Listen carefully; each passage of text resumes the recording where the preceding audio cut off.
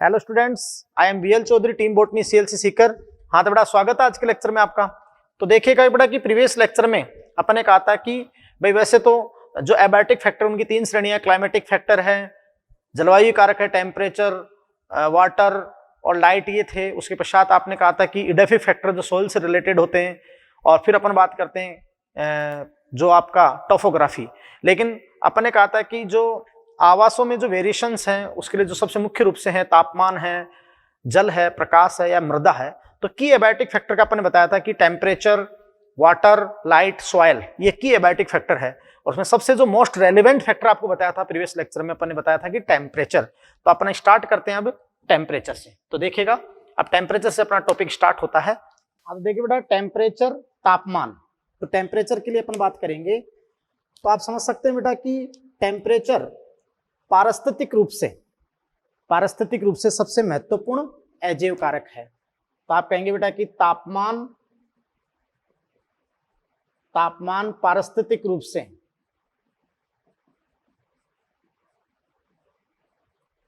सबसे महत्वपूर्ण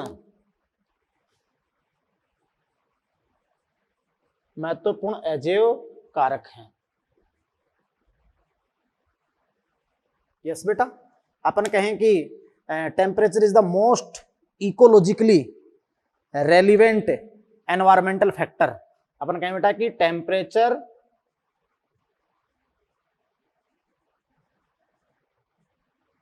is a most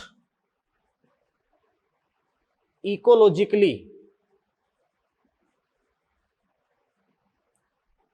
relevant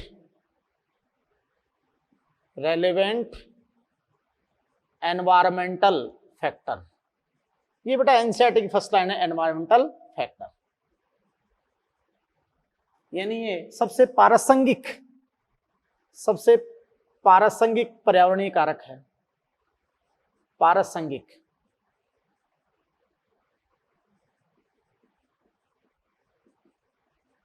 yes बेटा, पारिस्थितिक रूप से ये सबसे पारासंगिक पर्यावरणीय कारक है। मोस्ट, ये रेलेवेंट, बहुत इंपॉर्टेंट लाइन। यस बेटा, अब आप ध्यान दो बेटा कि देखो ये जो तापमान है, तापमान किसी भी पदार्थ की हॉटनेस या कोल्डनेस की डिग्री को बताता है। हॉटनेस या कोल्डनेस की डिग्री को ही तो बताता है ना बेटा ये। भाई कोई भी पदार्थ कितना गर्म है या ठंडा है, बात को समझ रहे हो। और अपन कहें बेटा कि पृथ्वी पर तापमान जो औसत तापमान है, मैं ऐसे लिख दूं बेटा, पृथ्वी के ऊपर औसत तापमान ऋतु के अनुसार बदलता है।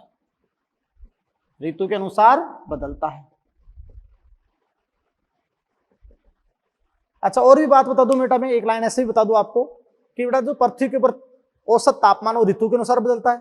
इसके अलावा इस तापमान में परिवर्तन को और कौन प्रभावित करते हैं? तापमान में परिवर्तन को लैटिट्यूड, अक्षांश बताया था ना, भूमध्य रेखा से ध्रुवों की ओर लैटिट्यूड, अक्षांश, एल्टीट्यूड, ऊंचाई, टोपोग्राफी अभी बताया था, स्थलाकृति कारक, और वेजिटेशन, वनस्पति, ये भी उस तापमान के परिवर्तन को प्रभावित करते हैं। फिर अपन कहते हैं बेटा, बहुत इंपॉर्टेंट बात आपके सामने कि देखो पृथ्वी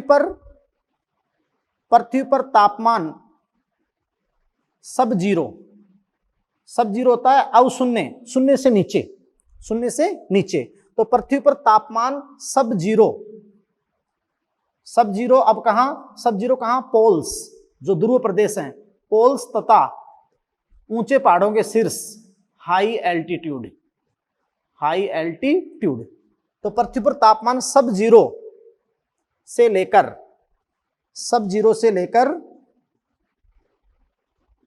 ग्रीष्म ऋतु में उष्णकटिबंधीय मरुस्थलों में 50 डिग्री तक भी पाया जाता है। यानी जो डेजर्ट है ना, ट्रॉपिकल उष्णकटिबंधीय क्षेत्र में जो डेजर्ट है उनमें ग्रीष्म ऋतु में 50 डिग्री से ज्यादा तक भी पाया जा सकता है। तो 0 से लेकर सब 0 से लेकर 50 डिग्री तक, बात को समझे। और फिर अपन एक बात कहेंगे बेटा कि ध्यान से सुनना, कुछ विशिष्ट आवास हैं, कुछ विशिष्ट आवासों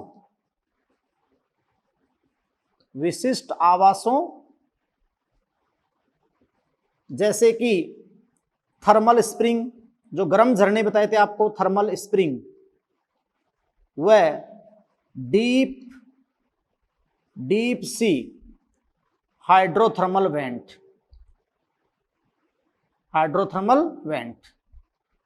यानी समुद्र में गहरे उष्ण जलीय क्षेत्र। तो कुछ विशिष्ट आवासों जैसे थर्मल स्प्रिंग व डीप सी हाइड्रोथर्मल वेंट में तापमान 100 डिग्री से भी अधिक, 100 डिग्री से भी अधिक हो सकता है, अधिक हो सकता है। अब अपने दिमाग में बेटा यहां क्वेश्चन उठता है कि क्या ऐसे प्रतिकूल आवास में, ऐसे हर्ष हैबिटेट में क्या कोई जीवन संभव है या कोई सजीव जीवन यापन कर सकता है? हाँ, आप समझ सकते हो कि इन आवासों में आद्य जीवाणु आर्की बैक्टीरिया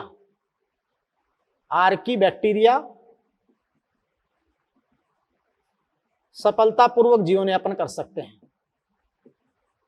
सफलतापूर्वक जीवन यापन कर सकते हैं। जैसे 11th में आपने कैटेगरी पढ़ी होगी ना आर्की बैक्टीरिया की, थर्मोएसिडोफिल्स। यस बेटा, क्यों?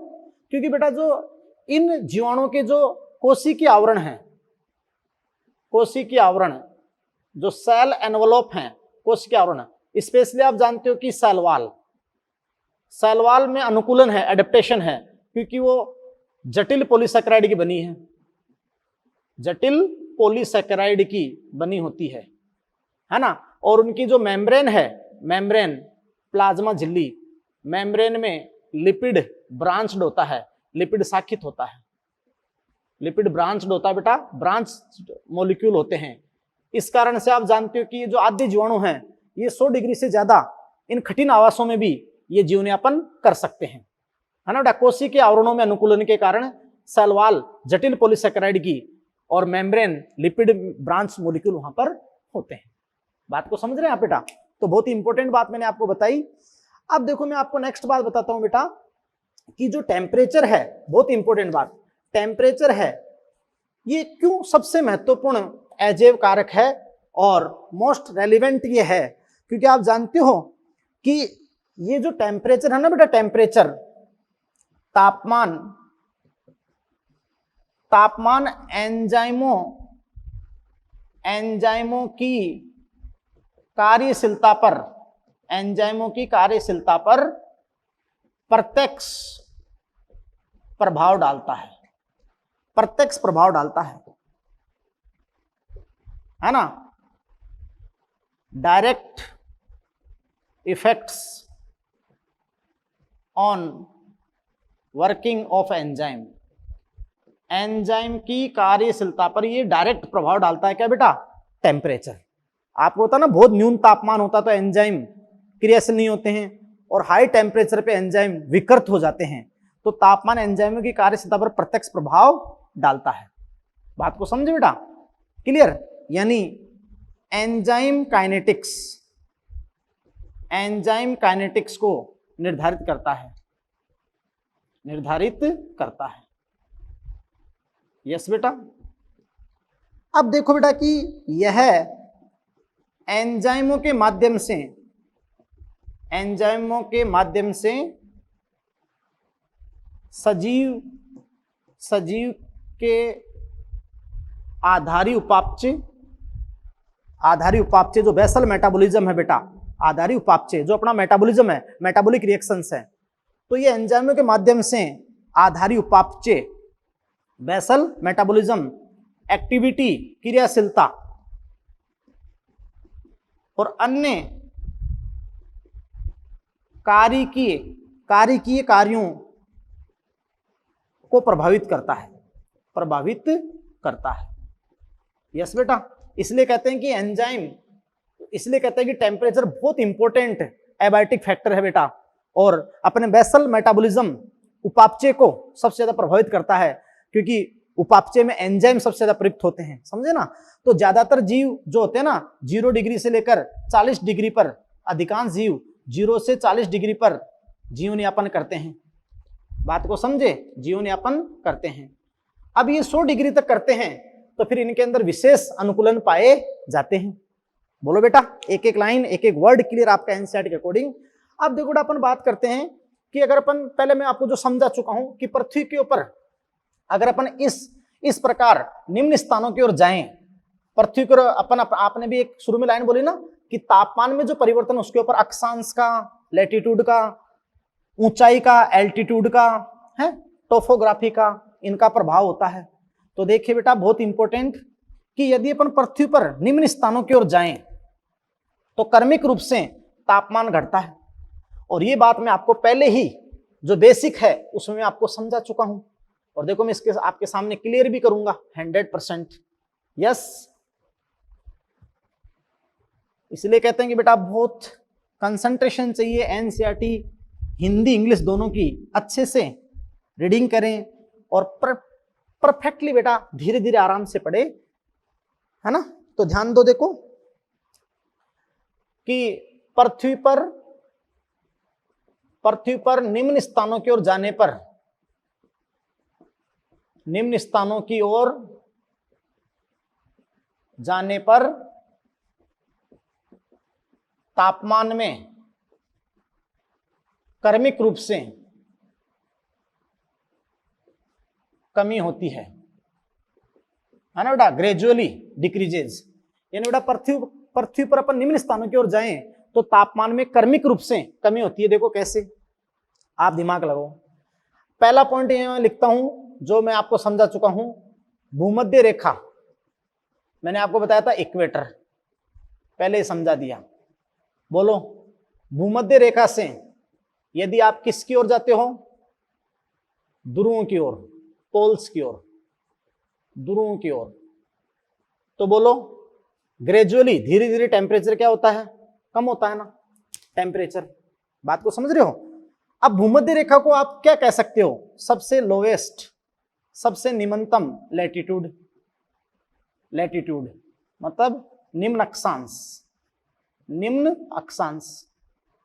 तो बेटा आप जानते हो कि निम्न अक्षांश से, क्योंकि भूमध्य रेखा 0 डिग्री अक्षांश है, तो निम्न अक्षांश से आप high altitude, high latitude, high latitude, अगर आप निम्न अक्षांश से उच्च अक्षांश, बोलो समझा दिया ना पहले, उच्च अक्षांश की ओर जाते हो तो भी तापमान क्या होता है, घटता है। मैंने आपको बताया नहीं था कि जैसे ये ग्लोब की तरह पृथ्वी है, ये भूमध्य रेखा है 0 डिग्री अक्षांश, अब 0 से आप 20, 40, 60 और ये नॉर्थ पोल की ओर जाते हो, या ऐसे ही दक्षिण 20, 40, 60 और साउथ पोल की ओर जाते हो।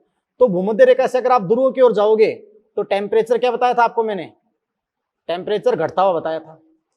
टेम्परेचर है, रेनफॉल है, या डाइवर्सिटी बता दिया था ना बेटा पहले ही।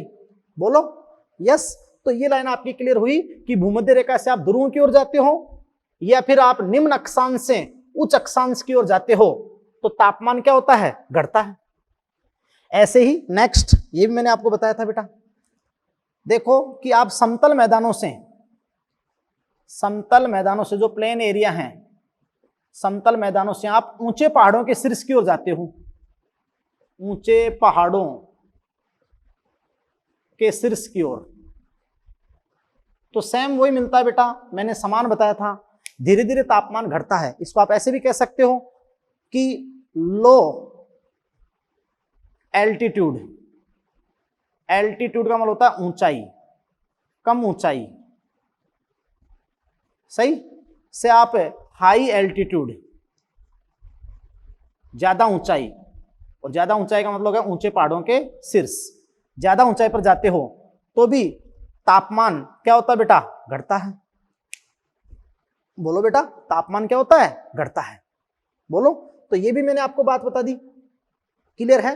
अब देखिए बेटा, बहुत इंपॉर्टेंट बात मैं आपको बता रहा हूं जो बहुत ज्यादा इंपॉर्टेंट है और वो क्या बात है मैं आपके सामने क्लियर कर रहा हूं कि बेटा देखो, तापक्रम सहिष्णुता, तापक्रम की कितनी रेंज कोई जीव सहन कर सकता है, बताया था ना मैंने, range of tolerance, range of tolerance, तापमान की कितनी प्रास कोई सजीव सहन कर सकता है, उसके आधार पर सजीवों को 2 श्रेणियों में वर्गीकृत किया गया है। कितनी श्रेणियों में बांटा गया बेटा? 2 श्रेणियों में। और ये बहुत इंपॉर्टेंट लाइन है, आप ध्यान रखना। तो अपने एक बात कहते हैं कि तापक्रम सहिष्णुता है ना बेटा, टेम्परेचर टॉलरेंस,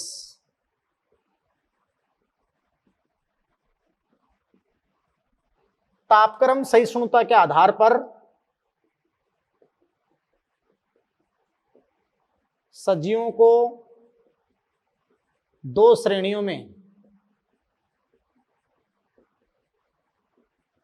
वर्गीकृत किया जाता है।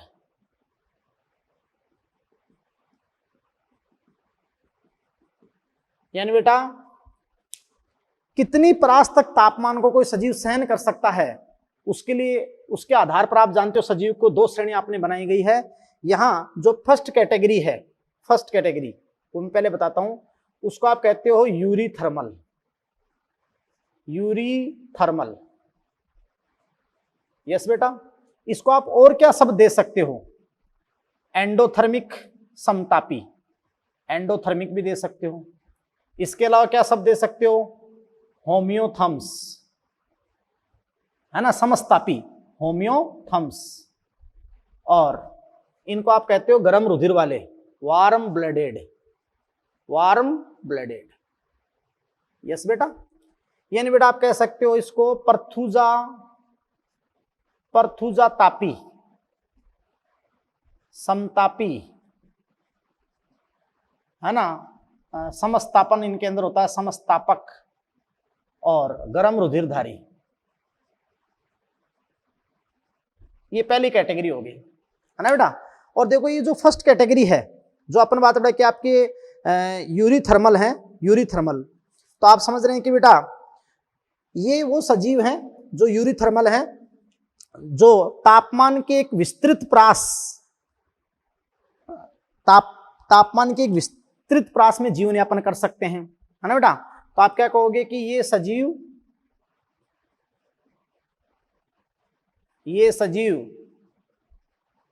तापक्रम की एक विस्तृत प्रास में जीवन यापन कर सकते हैं।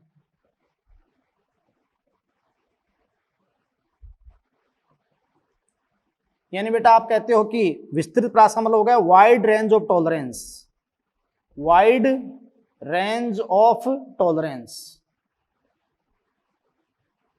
है ना बेटा। तापक्रम की व्यापक प्रास में, मतलब निम्न टेम्परेचर 0 डिग्री से लेकर 40-50 डिग्री तक, मतलब तापक्रम के एक विस्तृत प्रास में आसानी से जीवन यापन कर सकते हैं। ये सजीव तापक्रम के एक विस्तृत प्रास में जीवन यापन कर सकते हैं, यानी वाइड रेंज ऑफ टॉलरेंस, है ना बेटा। और अर्थात अपन कहें, अर्थात ये सभी प्रकार के वातावरण में रहने के लिए सक्षम होते हैं, सभी प्रकार के वातावरण में रहने के लिए सक्षम होते हैं, आसानी से सर्वाइव कर सकते हैं बेटा। भूमध्य रेखा से लेकर इक्वेटर से लेकर दूरों तक ये पाए जा सकते हैं, है ना बेटा। लेकिन आप कहोगे कि कुछ ही सजीव यूरीथर्मल हैं, जैसे पक्षी और स्तनधारी, पक्षी व स्तनधारी, यानी एवीज और मैमल्स, यही बेटा एक विस्तृत प्रास में जीवन यापन कर सकते हैं, पक्षी और स्तनधारी। एवं फ्यू, मतलब बहुत कम के बराबर, फ्यू लोअर इनवर्टिब्रेट, निम्नतम अकशेरुकी, लोअर इनवर्टिब्रेट और वर्टिब्रेट की एक दो जातियां और। क्यों बेटा ऐसा ये क्यों कर सकती हैं? क्योंकि ये एंडोथर्मिक है, समतापी हैं। क्योंकि मैं आपको बताऊंगा कि इनके शरीर का क्यों कर सकती हैं, क्योंकि इनके शरीर का जो आंतरिक तापमान है, आंतरिक पर्यावरण है, आंतरिक तापमान, वह नियत रहता है, कांस्टेंट रहता है ना। वो बाहर के वातावरण के अकॉर्डिंग, सराउंडिंग एनवायरनमेंट बाहर के वातावरण के अकॉर्डिंग परिवर्तित नहीं होता, वो अंदर का इनका नियत रहता है। तो एक बड़ी रेंज में ये टॉलरेट कर सकते हैं, तापमान की एक बड़ी परास को ये सहन कर सकते हैं। तो ये आपके क्या कहलाते हैं? यूरिथर्मल। और एंडोथर्मिक आपने पढ़ा है, तो जब आपने एनिमल डायवर्सिटी पढ़ी 11वीं क्लास के अंदर, तो आपने पिसीज पढ़ी असमतापी, एम्फीबिया, रेप्टिलिया तक असमतापी, लेकिन एवीज और मैमिलिया क्या पढ़ा आपने? समतापी, क्योंकि इनमें समस्तापन पाया जाता है, होम्योथम्स। और ये गर्म रुधिरधारी है। क्या बेटा? गर्म रुधिरधारी। बात को समझे? क्योंकि इनके शरीर का आंतरिक तापमान नियत रहता है, किनका? यूरिथर्मल का, है ना बेटा। और आंतरिक तापमान नियत रहता है, तो तुम जानते हो कि एक बड़ी परास में ये टॉलरेट कर सकते हैं। एक आदि पादप जाति भी है, ट्राइडेंटा, जो एस्ट्रेसी कुल के सदस्य आपके हैं। बात को समझे बेटा, है ना। ये बात आपकी है, लेकिन मैन आपके हैं बर्ड और मैमल, बर्ड्स और मैमल, समझ गए। अब देखिए जो दूसरी कैटेगरी होती है, दूसरी कैटेगरी, वो बेटा दूसरी कैटेगरी आपकी होती है स्टेनोथर्मल।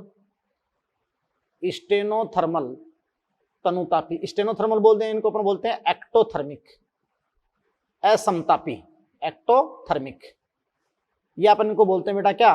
पोइकिलोथर्म्स, पोइकिलोथर्म्स, है ना बेटा। यानी ये तनुतापी हैं, तनुतापी। ये अपन कहें कि असमतापी पोइकिलोथर्म्स आपके होते हैं। और बेटा आपको बता दूं ये वार्म ब्लडेड होते हैं, सॉरी ये कोल्ड ब्लडेड होते हैं। जूलॉजी में पढ़ा ना आपने, शीत रुधिरधारी, कोल्ड ब्लडेड, है ना बेटा। तो फिर अपन एक बात कहेंगे इनके लिए कि जो स्टेनोथर्मल है, और स्टेनोथर्मल के लिए अपन एक बात कहेंगे बेटा कि इस पृथ्वी के अधिकांश सजीव, इस पृथ्वी के अधिकांश सजीव, इस पृथ्वी के अधिकांश सजीव तापमान की एक संकीर्ण प्रास में ही जीवन यापन कर सकते हैं। संकीर्ण प्रास में ही जीवन यापन कर सकते हैं। यानी बेटा अपन एक बात कहेंगे, नैरो रेंज ऑफ टॉलरेंस, बहुत संकीर्ण प्रास में, नैरो रेंज ऑफ टॉलरेंस, है ना बेटा। नैरो रेंज ऑफ टॉलरेंस, मैं आपको बता दूं कि नैरो रेंज ऑफ टॉलरेंस में ही ये मतलब सरवाइव कर सकते हैं। भाई ऐसा क्यों कर सकते हैं? क्यों? क्योंकि देखो बेटा इनके शरीर का आंतरिक तापमान, इनके शरीर का आंतरिक तापमान नियत नहीं रहता है ना, कांस्टेंट नहीं रहता है, नियत नहीं रहता है।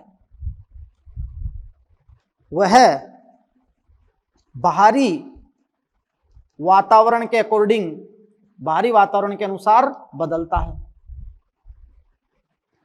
अब बेटा जानते हो कि बाहर के अनुसार अगर अंदर का बदले तो ये ज्यादा रेंज में नहीं करेंगे, इनकी सहनशीलता कम होगी।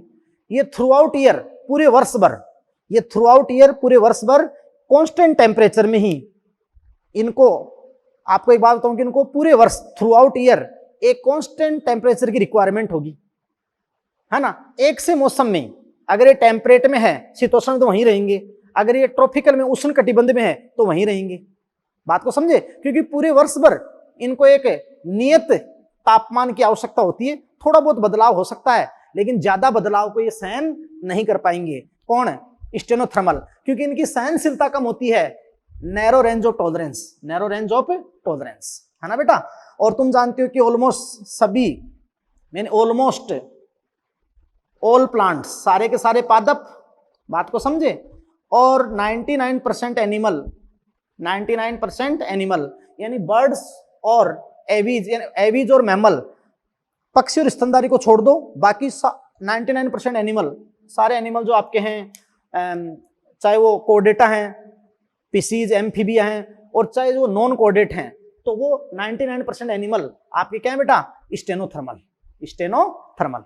तो ये दो कैटेगरी मैंने आपको बताई ना, बोलो बोलो बेटा।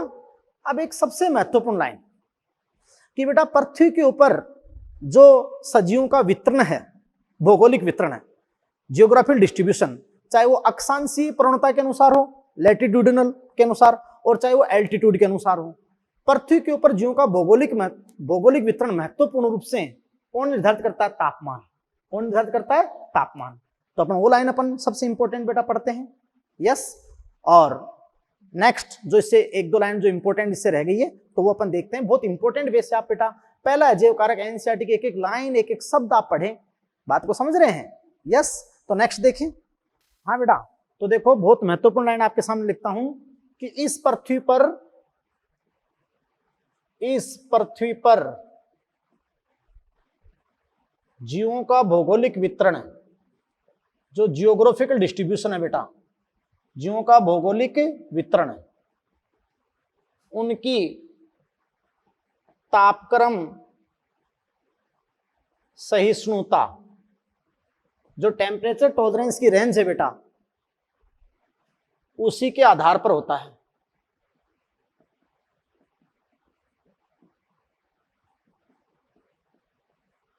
है ना बेटा, इन पर बात करें कि तापमान जीवों के अक्षांशीय लैटिट्यूड और ऊंचाई एल्टीट्यूड दोनों ही वितरण में महत्वपूर्ण भूमिका निभाता है। इन्हें अपन कहें बेटा कि तापमान सजीवों के अक्षांशीय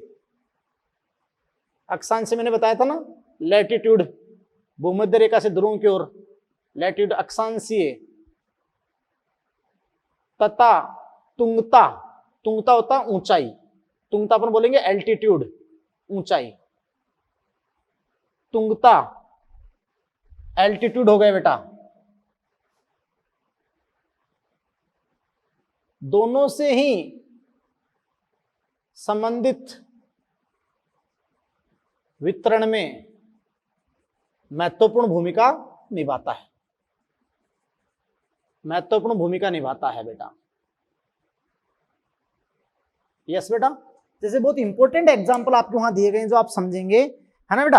आपको पता है, जैसे एग्जांपल आपके सामने दिए गए हैं कि जैसे आम का पेड़ है, मैंगो का tree, mango tree.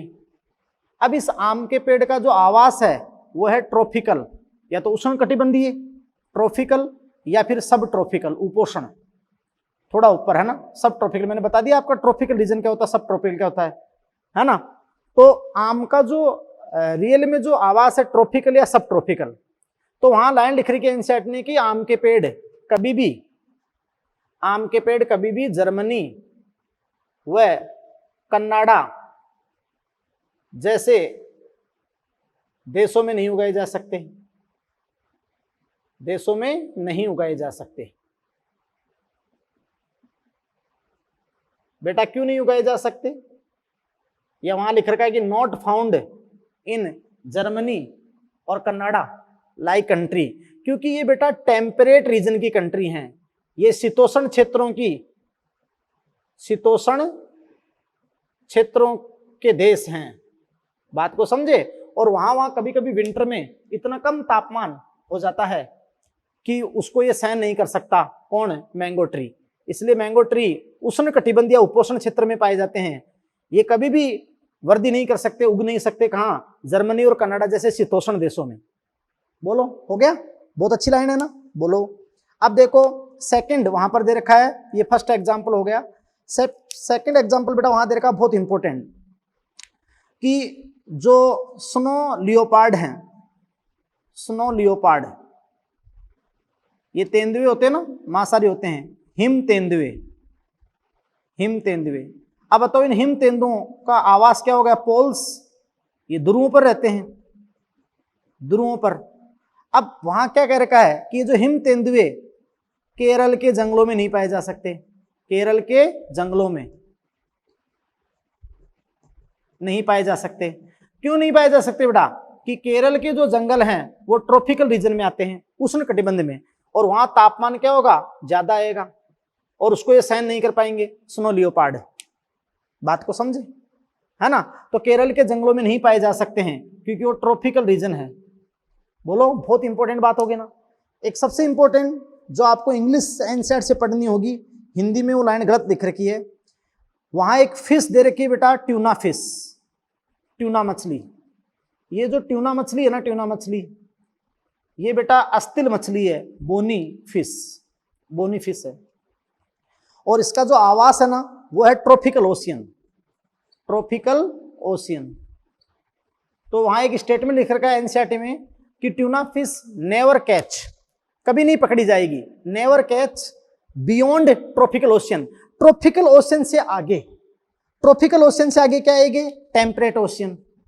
Temperate ocean में, टेम्परेट ओशियन में ये न के बराबर, never, sorry never caught, never catch. कहां? ये अब वहां लिख रखा है बेटा कि हिंदी में लिख रखा है कि शीतोष्ण जो है मतलब टेम्परेट लैटिट्यूड है ओशियंस, वहां कभी कभार पकड़ी जा, नहीं, ये ट्रॉपिकल ओशियन से आगे, beyond tropical ocean, tropical ocean से आगे नेवर कॉट, कभी नहीं पकड़ी जा सकती है। मतलब बहुत रेयर केस में हो सकती है, बाकी साधारण तो वहां पर पकड़ी नहीं जा सकती है ट्यूना मछली। तो इसको आप इंग्लिश एनसीईआरटी की लाइन यहां पर देखें, बहुत इंपॉर्टेंट लाइन है। इसलिए अपन कहते हैं कि इस पृथ्वी पर जीवों का भौगोलिक वितरण भी उनकी तापक्रम सहिष्णुता के आधार पर ही होता है, या तापमान सजीवों के अक्षांशी हो, चाहे लैटिट्यूड हो और चाहे एल्टीट्यूड, दोनों से संबंधित वितरण में ही महत्वपूर्ण भूमिका निभाता है। यस बेटा। अब देखो आजकल एक घटना हो रही है ग्लोबल वार्मिंग। ग्लोबल वार्मिंग होती है बेटा, जो अगर आगे जाकर लास्ट चैप्टर जो होगा पर्यावरण मुद्दे, वहां पर अपन पढ़ेंगे। ग्रीन हाउस प्रभाव से उत्पन्न हो रही है ग्लोबल वार्मिंग, वैश्विक उष्णता, पृथ्वी का औसत तापमान बढ़ रहा है, समझ रहे हो?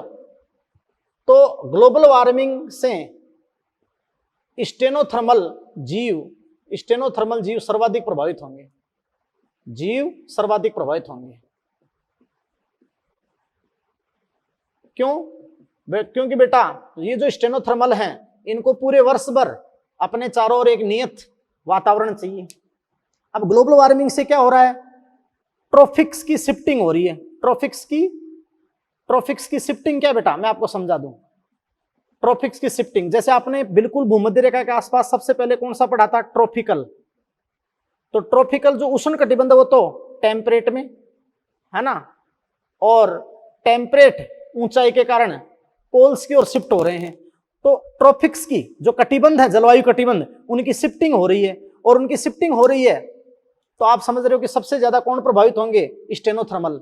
क्योंकि स्टेनोथर्मल जीवों को अभी अपन ने बताया था पहले कि वर्ष भर उनको एक कांस्टेंट टेम्परेचर रिक्वायरमेंट होती है।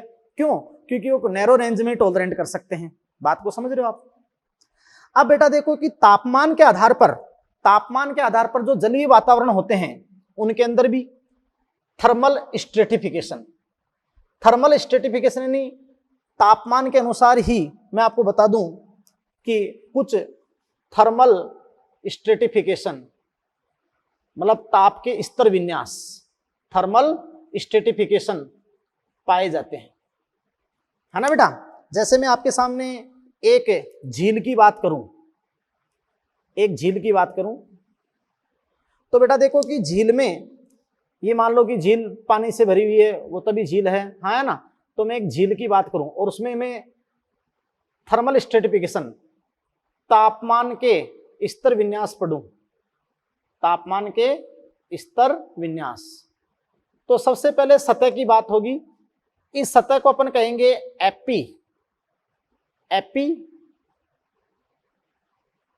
एपिलिम्नियन। तो बेटा देखो कि एपिलिम्नियन आपका होगा, यानी सबसे ऊपरी सतह होगी, वहां तापमान अच्छा होता है। फिर यहां देखो मध्य क्षेत्र आपका होगा हाइपोलिम्नियन, यानी धीरे धीरे तापमान गिरना स्टार्ट हो जाएगा। और ये पेंदे का क्षेत्र जो होगा, ये आपका यहां पर होगा मेटालिम्नियन।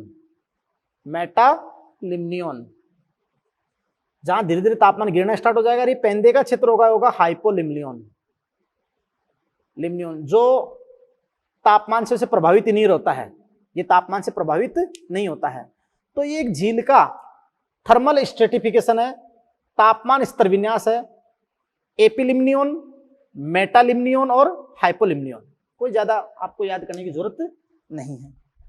अच्छा सुनो, ऐसे ही देखो बेटा कि जो वनस्पति का वितरण होता है, ये अपन ने आपको भूमध्य रेखा से ध्रुव की ओर बताया था, तो आपको जलवायु कटिबंध मैंने आपके सामने बताए थे, जलवायु कटिबंध। तो बेटा ध्यान से सुनना कि ऐसे देखो कि जो सजीव हैं, चाहे वो पादप हो या जंतु हो, वो टेम्परेचर के अनुसार, आपको मैंने बताया था ना क्षैतिज स्तर विन्यास, क्षैतिज स्तर विन्यास। तो बेटा वो तापमान के अनुसार चार टेम्परेचर ग्रुप में, 4 टेम्परेचर जोन में बटे होते हैं, जिनको आपने कहा था हॉरिजॉन्टल स्ट्रेटिफिकेशन, जो बताया था ना आपने क्षैतिज स्तर विन्यास बताया था बेटा। ये अपन कहेंगे जंतु या पादप तापमान के अनुसार 4 ग्रुप में बटे होते हैं। जैसे सबसे पहला ग्रुप होता है मेगाथर्म्स, मेगाथर्म्स, मेगाथर्म्स बेटा, है ना। तो आप समझ पा रहे हो कि जो मेगाथर्म्स होते हैं, मेगाथर्म्स आपको बता दूं मैं, तो मेगाथर्म्स कौन से होते हैं बेटा? महातापी, महातापी, जो वर्ष भर उच्च तापमान पर ही जीवन यापन करते हैं, वर्ष भर उच्च तापमान पर ही रहते हैं, पूरी वर्ष उच्च तापमान पे रहेंगे। जैसे भूमध्य रेखा के जस्ट पास ट्रॉपिकल रेन फॉरेस्ट, उष्ण कटिबंधीय वर्षावन, मैंने आपको नहीं बताया था कि पूरे साल वहां एक सा तापमान, उच्च आर्द्रता बनी रहती है, तो ये मेगाथर्म्स हो गए। दूसरे आपके होते हैं बेटा मीजोथर्म्स, मीजोथर्म्स, ये आपके हो गए मीजोथर्म्स। ये अपन ऐसे कहें बेटा कि हल्की, बहुत ही माइल्ड विंटर, हल्की सर्दी व ग्रीष्म में उच्च तापमान। तो मैंने आपको ट्रॉपिकल से ऊपर क्या बताया था बताओ? सब ट्रॉपिकल, उपोषण, उपोषण होते हैं ना, सब ट्रॉपिकल। इन ट्रॉपिकल से आगे आपको क्या बताया था बेटा? सब ट्रॉपिकल। तो ये आपके क्या होते हैं? मध्यतापी, मीजोथर्म्स, है ना। तो जो बहुत ही हल्की सर्दी और गर्मियों में उस तापमान के प्रति अनुकूलित होते हैं, सब ट्रॉपिकल, तो ये आपके होते हैं मध्यतापी। ऐसे ही कैटेगरी बता रही है, ज्यादा इंपॉर्टेंट नहीं है, थोड़ा सा याद आपको रखना है। फिर देखो बेटा आपकी तीसरी कैटेगरी होती है, वो आपकी होती है माइक्रोथर्म्स। माइक्रोथर्म्स होती है न्यूनतापी, न्यूनतापी। तो न्यूनतापी जो होते हैं, मैं आपको बता दूं, वो टेम्परेट, शीतोष्ण, है ना, कि मतलब समर में, ग्रीष्म में हल्का तापमान होगा, बाकी सर्दियों में न्यून ताप हो सकता है, न्यूनतापी, अत्यधिक न्यून ताप हो सकता है माइक्रोथर्म्स। उसमें आपके जो टेम्परेट होते हैं ना, टेम्परेट में बता दूं शीतोष्ण, या फिर ऊपर की सीमा में कोनिफर्स, शंकुधारी मैंने बताए थे, शंकुधारी, यस बेटा। और इनकी जो लास्ट कैटेगरी होती है, लास्ट कैटेगरी जो 4 कैटेगरी होती है, वो मैं बता दूं आपको, वो आपकी होती है बेटा 4th कैटेगरी, अति न्यूनतापी, बहुत ही ज्यादा न्यूनताप। मैंने आपको बताया था अति, मैं आपको बता दूं हिकेस्टोथर्म्स, हिकेस्टोथर्म्स यानी अति न्यूनतापी, बहुत ही कम तापमान, है ना बेटा। तो देखो कि जहां अत्यधिक बर्फबारी होती है और तापमान बहुत डाउन में जा सकता है ना, जैसे आर्कटिक या एल्पाइन टुंड्रा, आर्कटिक और एल्पाइन टुंड्रा, जहां बर्फबारी होती है ना, बहुत ज्यादा बर्फ की मोटी परत जमी होती है, तो वो आपके होते हैं अति न्यूनतापी क्षेत्र, जहां लाइकेन और मॉस हो सकता है, बाकी कुछ भी नहीं। अरे बोलो बेटा। तो ये 100% बेटा मैंने तापमान कराया।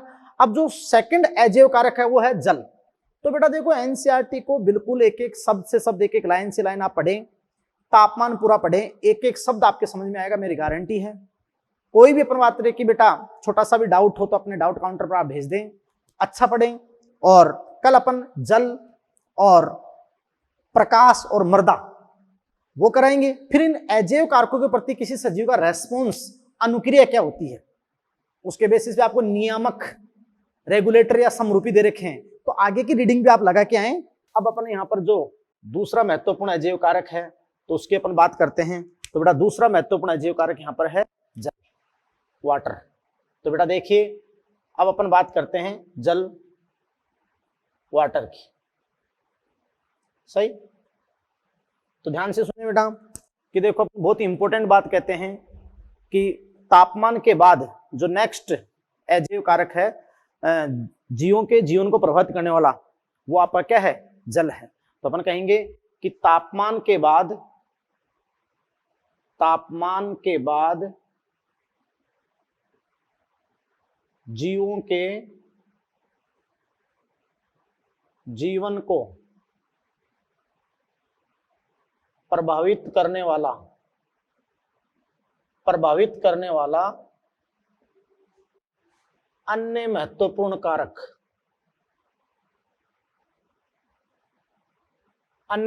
कारक जल है। यस बेटा, इन्हें अपन ने कहा कि तापमान के बाद, नेक्स्ट टू टेम्परेचर, तापमान के बाद जीवों के जीवन को प्रभावित करने वाला जो अन्य महत्वपूर्ण कारक है वो क्या बेटा, जल। क्योंकि आपको पता होना चाहिए बेटा कि यह एक महत्वपूर्ण सोलवेंट, विलायक और रिएक्टेंट, ये एक महत्वपूर्ण सोलवेंट और रिएक्टेंट होता है।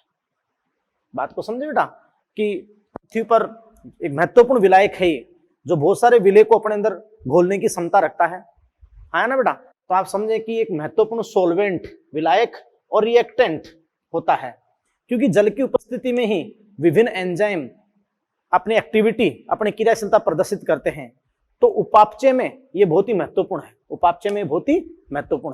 तो बेटा आप समझ सकते हैं कि महत्वपूर्ण सोलवेंट और रिएक्टेंट है। और मैं आपको बताऊं बेटा कि इवोल्यूशन के माध्यम से जैव विकास के माध्यम से, यानी अपन कहें बेटा इवोल्यूशन के माध्यम से जीवन की उत्पत्ति जल में ही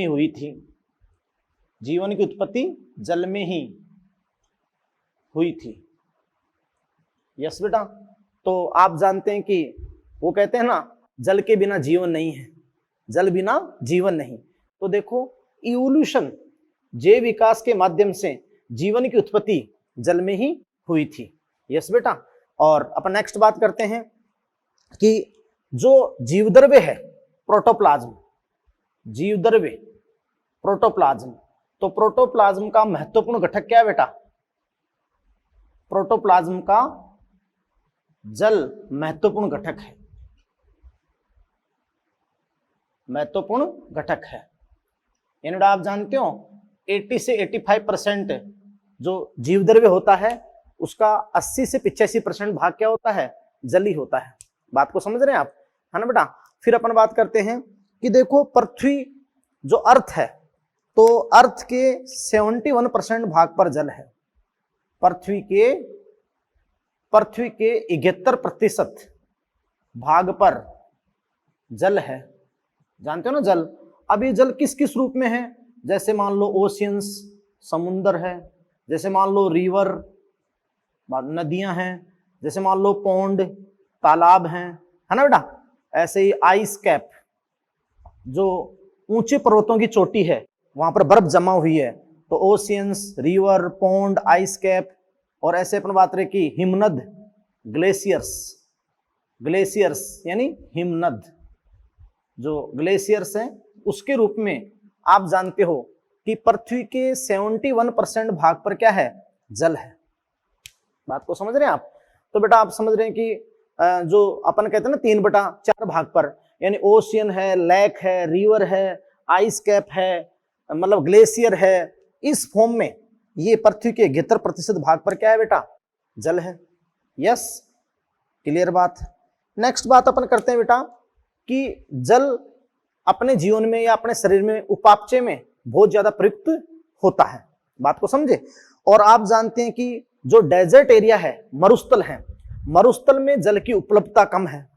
देखते हो ना आप, मरुस्थल में जल की उपलब्धता कम है, तो वहां पर जो भी सजीव जंतु या पादप होंगे वो बहुत सारे मरुद्भिद अनुकूलन, बहुत सारे एडेप्टेशन प्रदर्शित करेंगे अपना वहां पर जीवन यापन करने के लिए। वो जीवित रहने के संदर्भ में कई सारे एडेप्टेशन प्रदर्शित करेंगे। ये बात आपको पता है? यस बेटा। फिर देखो जो बहुत ही इंपॉर्टेंट बात है कि जल ने पादपों की उत्पादकता, यानी जल पादपों की प्रोडक्टिविटी, जल पादपों की प्रोडक्टिविटी, जल पादपों की उत्पादकता, उत्पादकता तथा वितरण को भी प्रभावित करता है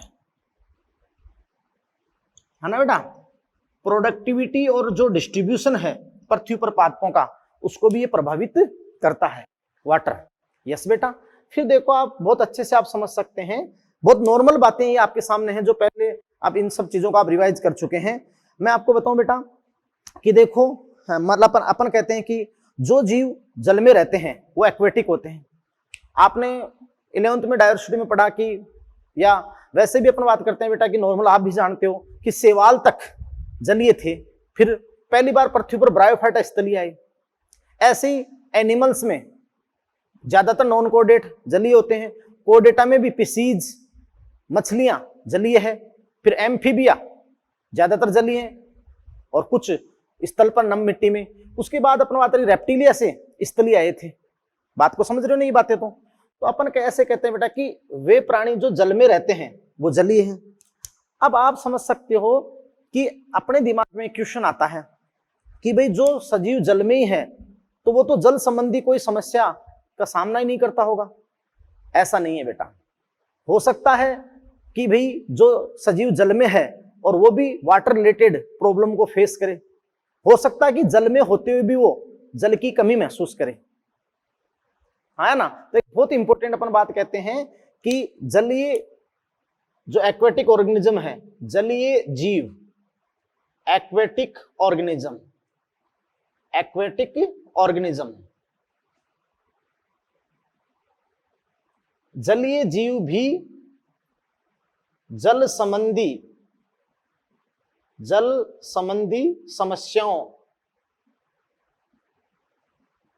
समस्याओं को फेस करते हैं या सामना करते हैं, एक ही बात है।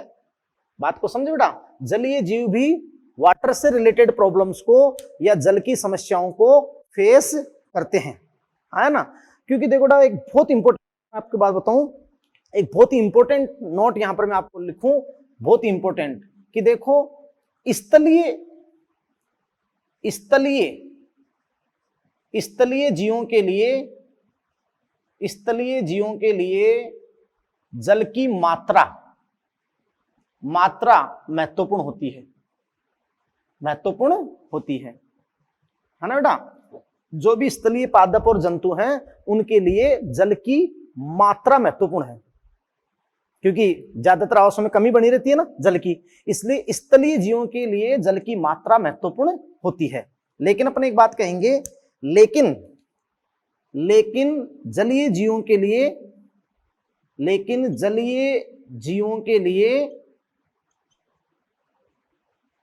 जल की मात्रा की तुलना में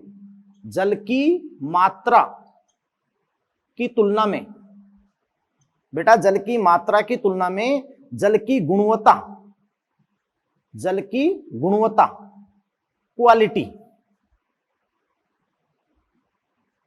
क्वालिटी। अब क्वालिटी क्या बेटा? उस जल की पीएच, उसका रासायनिक संगठन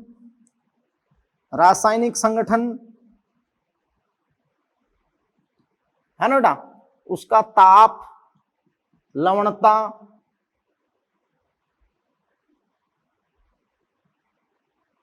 ये। तो अपन ने क्या लिखा, बहुत इंपॉर्टेंट लाइन क्या लिखी बेटा?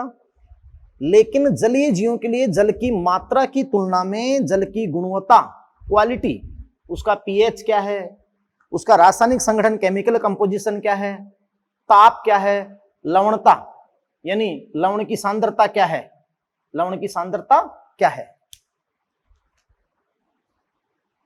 महत्वपूर्ण होती है, महत्वपूर्ण होती है। यानी सीधी सी बात है कि जलीय जीवों के लिए जल की मात्रा तो बहुत है ही, जल की मात्रा की तुलना में क्वालिटी ऑफ वाटर, उस जल की क्वालिटी क्या है, उसका रासायनिक संगठन क्या है, उसका पीएच क्या है, उसका ताप क्या है, उसमें लवणता क्या है, ये ज्यादा महत्वपूर्ण रहती है। अब बेटा देखो, आपने जितने भी पादप या जंतुओं और जलीय आवास आपने पढ़े हैं तो दो प्रकार के आवास पढ़े हैं, स्वच्छ जल और लवण जल। मतलब जल के अंदर जो लवणों की सांद्रता है उसको आप कहते हो लवणता, सैलिनिटी। क्या कहते हो बेटा, लवणता, सैलिनिटी। बात को समझे? तो अब अपन बात कहेंगे जो नेक्स्ट इसके अंदर कि भाई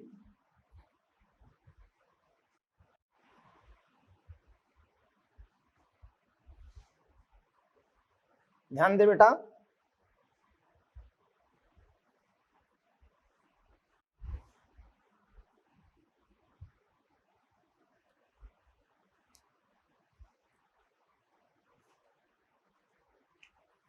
बेटा अपन कहेंगे कि जल की लवण सांद्रता को, जो साल्ट कंसंट्रेशन है, साल्ट कंसंट्रेशन, अपन कहें बेटा कि जल की लवण सांद्रता को लवणता, लवणता, सैलिनिटी, लवणता कहते हैं। यस बेटा, जल की लवण सांद्रता को अपन क्या कहते हैं, लवणता। और इसे अपन किससे प्रदर्शित करते हैं बेटा, इसे हम पीपीटी, पार्ट्स पर थाउजेंड से दर्शाते हैं, है ना बेटा। यानी अपन ये जो लवण सांद्रता है बेटा, लवणता है, इसको अपन पार्ट्स पर थाउजेंड, पार्ट्स पर थाउजेंड से दर्शाते हैं। यानी ये किसके रूप में मापी गई है, प्रति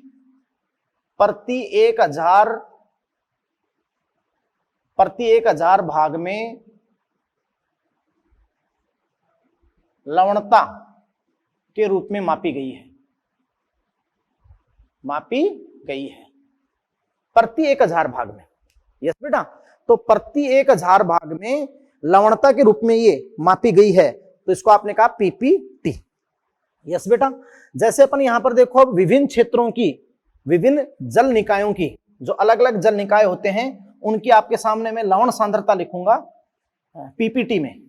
यस, तो आपके सामने बेटा यहां मैं लिखूंगा कि जल निकाय, यानी जल निकाय का नाम और लवणता प्रति 1000 भाग में। तो देखो अपन यहां कहेंगे बेटा कि विभिन्न क्षेत्रों की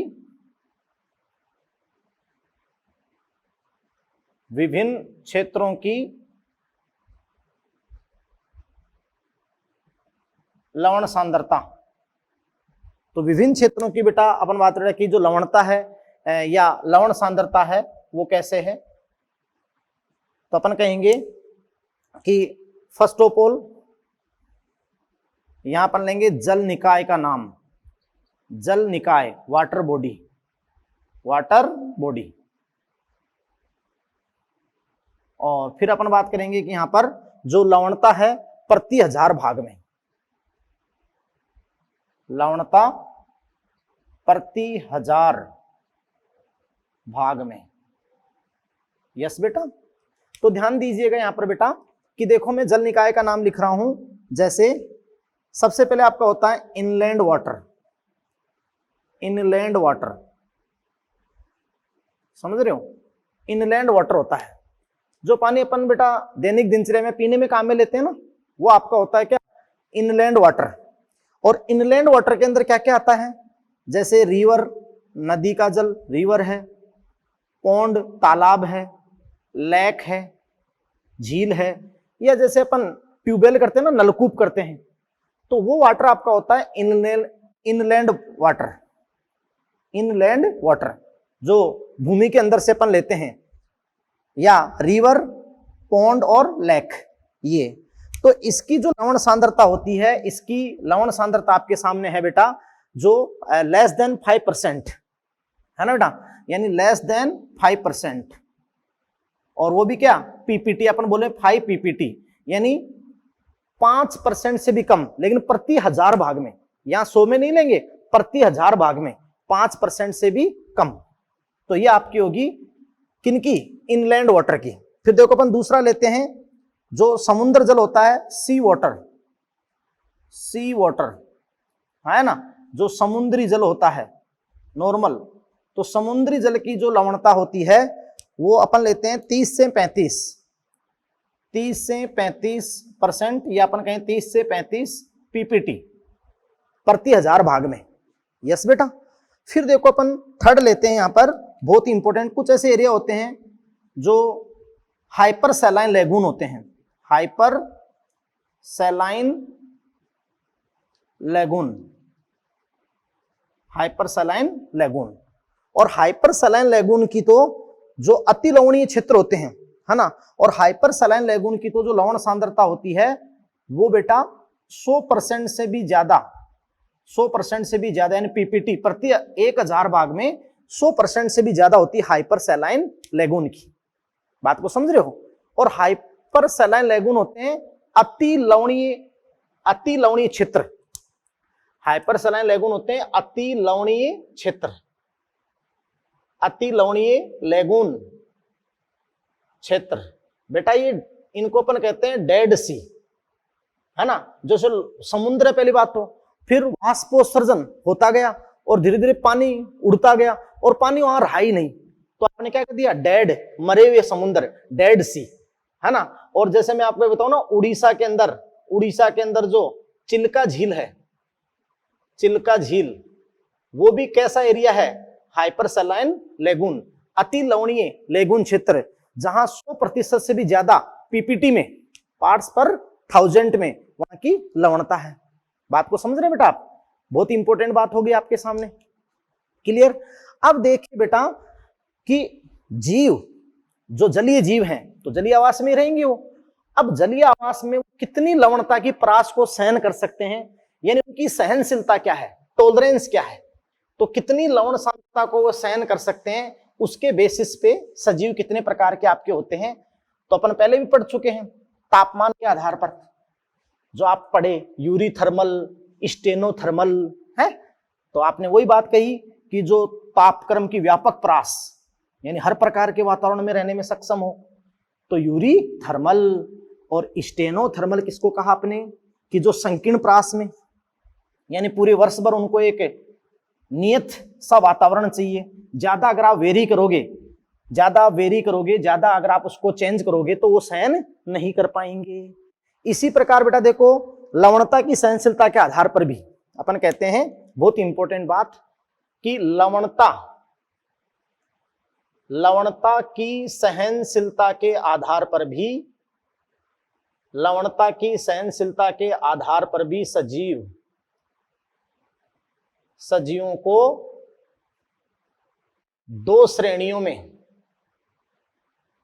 दो कैटेगरी में या दो श्रेणियों में वर्गीकृत किया गया है, वर्गीकृत किया गया है ना, बहुत इंपॉर्टेंट। तो फर्स्ट कैटेगरी वही है, यानी यूरी हेलाइन, वहां था ना यूरी थर्मल, यहां है यूरी हेलाइन बेटा। और यूरी हेलाइन यानी परथुजा लवणी, यूरी हेलाइन। बात को समझ रहे हैं।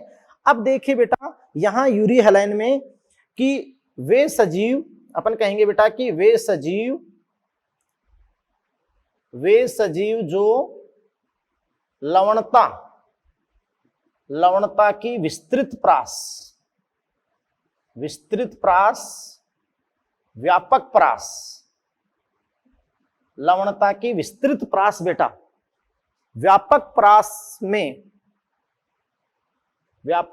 में जीवन यापन करने में सक्षम होते हैं, जीवन यापन करने में सक्षम होते हैं, है ना बेटा। इन्हें अपन कहें wide range of tolerance, wide range of tolerance, यानी उनके सहन करने की जो रेंज है वो व्यापक है, वाइड है, यानी वो बहुत कम लवणीय जल से लेकर बहुत अधिक लवणीय जल तक के वातावरण में सरवाइव कर सकते हैं, जीवन यापन कर सकते हैं। बात को समझे। यानी अपन ने कहा कि व्यापक जीवन यापन कर सकते हैं, व्यापक परास के प्रति वो मतलब बेटा सहनशील होते हैं। अपन यहां कह दें कि व्यापक परास के प्रति, व्यापक परास के प्रति सहनशील होते हैं मेरे बेटा। क्या होते हैं? सहनशील होते हैं। यस। और यहां अगर अपन एग्जाम्पल की बात करें तो अपन यहां एग्जाम्पल भी दे सकते हैं, जैसे कि सालमोन, सालमोन जो फिश सालमोन होता है, सालमोन। बात को समझे। तो ये आप जानते हो कि एक बहुत बड़ी व्यापक परास में जीवन यापन कर सकते हैं, व्यापक परास के प्रति सहनशील होते हैं। तो ये आपके हो गए यूरी हेलाइन। बात को समझ रहे हैं। और ये भी, इनमें भी बेटा स्तनधारी जो वही मैमल होते हैं, स्तनधारी, और कुछ जलीय जो पक्षी भी होते हैं, एविज वही आते हैं ज्यादातर, इसमें भी स्तनधारी आएंगे, वही 1% जंतु, 1% जंतु। उसमें से एक एग्जाम्पल मैंने आपको दे दिया, जैसे सालमोन। बात को समझे। इसके बाद में देखो कि नेक्स्ट कैटेगरी आपके सामने मैं पढ़ता हूं, और नेक्स्ट कैटेगरी आपके सामने है स्टेनोहेलाइन। स्टेनोहेलाइन यानी तनु लवणी, तनु लवणी। अब देखिए बेटा जी, जो तनु लवणी होते हैं स्टेनोहेलाइन होते हैं, स्टेनोहेलाइन। इसको मैं आपके सामने कह दूं कि वे सजीव जो लवणता की एक संकीर्ण प्रास को ही, लवणता की एक संकीर्ण प्रास यानी नैरो रेंज, संकीर्ण प्रास को ही अपन बात करें क्या होते हैं, या संकीर्ण प्रास के प्रति ही सहनशील होते हैं, सहनशील होते हैं। भाई एक संकीर्ण प्रास में ही ये जीवन यापन कर सकते हैं, एक संकीर्ण प्रास के प्रति ये क्या होते हैं, सहनशील होते हैं। तो ये आपके क्या होते हैं बेटा, स्टेनोहेलाइन। और ज्यादातर जो जलीय जीव होते हैं बेटा, वो ज्यादातर जलीय जीव क्या होते हैं, स्टेनोहेलाइन ही होते हैं। क्या होते हैं बेटा, स्टेनोहेलाइन। बात को समझ रहे हो।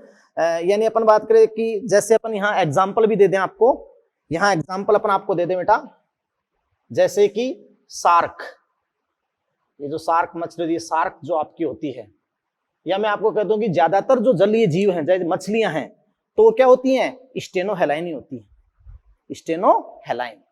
अब देखो बेटा एक बहुत ही महत्वपूर्ण नोट, एक बहुत बेहद महत्वपूर्ण नोट यहां पर आपका होगा, जो बहुत इंपॉर्टेंट है और एनसीईआरटी के पीछे का सब्जेक्टिव क्वेश्चन है। एनसीईआरटी के पीछे का सब्जेक्टिव क्वेश्चन है, जो अपने आप में बहुत ज्यादा बेटा क्या है, महत्वपूर्ण है। तो ध्यान से सुनो बेटा कि प्रयास, देखो बहुत इंपॉर्टेंट अपन आपके नोट लिखते हैं कि देखो परासरणी समस्याओं में लिखता हूं, परासरणी समस्याओं,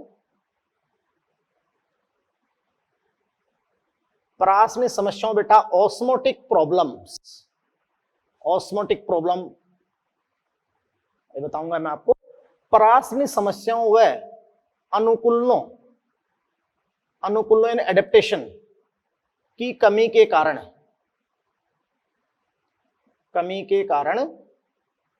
जैसे मैं आपको कहूं बेटा कि समुद्र जलीय, कुछ समुद्री या समुद्र जलीय जीव स्वच्छ जल में तथा स्वच्छ जलीय जीव समुद्र जल में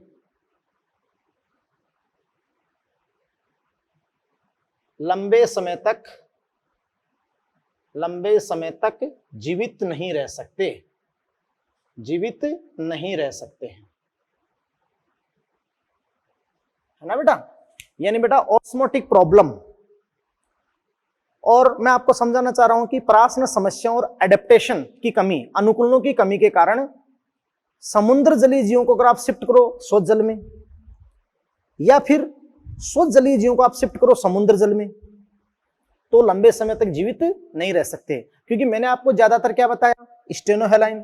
स्टेनोहेलाइन कौन होते हैं? स्टेनोहेलाइन वो होते हैं जैसे शार्क, वो होते हैं जिनके आंतरिक शरीर द्रव्य जो होते हैं ना, आंतरिक शरीर द्रव्य जो बॉडी फ्लूइड होते हैं, आंतरिक शरीर द्रव्य बॉडी फ्लूइड, उन बॉडी फ्लूइड की जो लवण सांद्रता है वो नियत नहीं होती है। लवण सांद्रता नियत नहीं होती है, नियत नहीं होती है, बात को समझे।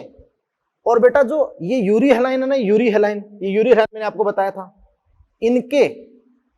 इनके आंतरिक शरीर द्रव्यों की, आंतरिक शरीर द्रव्यों जो बॉडी फ्लूइड्स होते हैं अंदर के, आंतरिक शरीर द्रव्यों की लवण सांद्रता क्या होती है? नियत होती है, नियत होती है, ठीक है जी। अब इनकी तो, ये तो बहुत ही कम होते हैं ना, इनके तो शरीर द्रव्यों की आंतरिक लवण सांद्रता नियत है, तभी तो बाहर के अकॉर्डिंग चेंज नहीं होती, बाहरी परिवेश यानी बाह्य जल के अकॉर्डिंग ये चेंज नहीं होती, तो ये बड़ी रेंज में, व्यापक रेंज में टॉलरेट कर सकते हैं। लेकिन इनकी स्टेनोहेलाइन की आंतरिक शरीर द्रव्यों, आंतरिक शरीर द्रव्यों की बॉडी फ्लूइड की लवण सांद्रता नियत नहीं होती है, नियत नहीं होती है, तो बाहर के अकॉर्डिंग वेरी करती है, तो बाहर के अकॉर्डिंग वेरी करेगी तो क्या हो जाएगी? पराश्न समस्या, ऑस्मोटिक प्रॉब्लम, है ना। जैसे अगर अपने एक लवण जल वाले को, लवण जल वाले को, लवण जलीय प्राणी को, ये लो जी सराउंडिंग अगर अपन स्वच्छ जल दे देंगे, स्वच्छ जल, तो आपको पता है ना इधर का ऑस्मोटिक प्रेशर ज्यादा, 11वीं के अंक फिजियोलॉजी समझो, ऑस्मोटिक प्रेशर ज्यादा, बाहर का ओपी कम, तो वाटर अंदर जाएगा कि नहीं जाएगा? पानी अंदर चला जाएगा ना, अंतःप्राशन हो जाएगा, अंतःप्राशन, बात को समझे। और अगर अपन बात करें बेटा एक स्वच्छ जलीय जीव को, स्वच्छ जलीय जीव को चारों तरफ अगर अपन लवण जल रख देंगे, लवण जल, तो उसके शरीर से पानी बाहर आ जाएगा। जल तो अपने अधिक सांद्रता से कम सांद्रता की ओर आता है ना, तो उसके शरीर से जल बाहर आ जाएगा, यानी बाह्य पराशरण हो जाएगा। तो पराशरण समस्याओं के कारण वो लंबे समय तक जीवित रहेंगे, उनकी डेथ हो जाएगी। ये क्वेश्चन बहुत अच्छा क्वेश्चन जो आपके एनसीईआरटी के सब्जेक्टिव में दे रखा है, बात को समझ रहे हो बेटा। तो ये लाइन आप अच्छे से समझ गए नहीं समझ गए? बोलो बोलो बेटा, समझे। और ऐसे अगर अपन देखो, जैसे जल के आधार पर, अगर अपन जल के आधार पर किसी झील का स्तर विन्यास भी पढ़ें, किसी झील का, तो आप जानते हैं कि जल के आधार पर अगर आप स्तर विन्यास पढ़ेंगे तो देखो बेटा इस रूप में कोई भी जलीय काय है, मान लो झील है, तो जल के आधार पर उसका स्तर विन्यास, जैसे जब भी कोई जल काय स्टार्ट होता है तो ऐसे नहीं एकदम से बहुत ज्यादा पानी स्टार्ट हो गया, पहले यहाँ दलदल कीचड़, और हो सकती है कि हाँ जड़युक्त वनस्पति हो, जड़युक्त क्या हो? वनस्पति हो। तो ये जो आपका जोन होगा, सबसे पहले ये जो आपका जोन होगा वो क्या होगा? लिटोरल जोन, लिटोरल क्षेत्र होगा, लिटोरल क्षेत्र। जैसे ताप के आधार पर एपिलिम्नियन हुआ था, मेटालिम्नियन हुआ था, हाइपोलिम्नियन, वैसे यहां जल के आधार पर लिटोरल क्षेत्र हो गया। फिर देखो कि ये यहां अथाह जल है, अथाह जल, अथाह जल है यहाँ, अथाह जल। तो अथाह जल क्षेत्र को अपन कहेंगे पेलेजिक, पेलेजिक जोन, अथाह जलीय क्षेत्र, अथाह जलीय क्षेत्र। यस बेटा, अथाह जलीय क्षेत्र। और फिर तुम जानते हो पेंदे का क्षेत्र आता है, पेंदे का क्षेत्र आ जाता है, इसको आप कहते हो बेंथिक जोन, बेंथिक जोन, पेंदे का क्षेत्र, नितलस्थ, नितलस्थ बोलो। तो जैसे जल के आधार लिटोरल जोन है, यहाँ छिचला थोड़ा थोड़ा जल होगा, दलदल होगा, अथाह जल होगा, पेलेजिक जोन है, बेंथिक जोन है ना। अपने ताप के आधार पर पढ़ा था ये जल के आधार पर, आगे अपन प्रकाश पढ़ेंगे तो उसके आधार पर। यस बेटा, तो देखो बहुत ही इंपॉर्टेंट बेटा एनसीईआरटी से आप वाटर एक एक शब्द आपका क्लियर हो जाएगा। और फटाफट देखते साथ साथ में आप एनसीईआरटी रखें, हिंदी इंग्लिश, आपको इंडिया का टॉप रैंक से डॉक्टर बनना है तो। यस बेटा, अब देखो अपन नेक्स्ट जो क्लाइमेटिक फैक्टर था, जलवायु कारक एजेव में जो जलवायु श्रेणी थी, टेम्परेचर हो गया, वाटर हो गया, थर्ड अपन क्या लेते हैं, लाइट। तो अपन नेक्स्ट स्टार्ट करते हैं लाइट। तो देखिए बेटा कि जल के बाद अब पहले तापमान हो गया जल, और अब जल के बाद लाइट प्रकाश। तो बेटा आप जानते हो कि लाइट भी महत्वपूर्ण अजैव कारक है, महत्वपूर्ण अजैव कारक है, क्योंकि आप समझ सकते हैं बेटा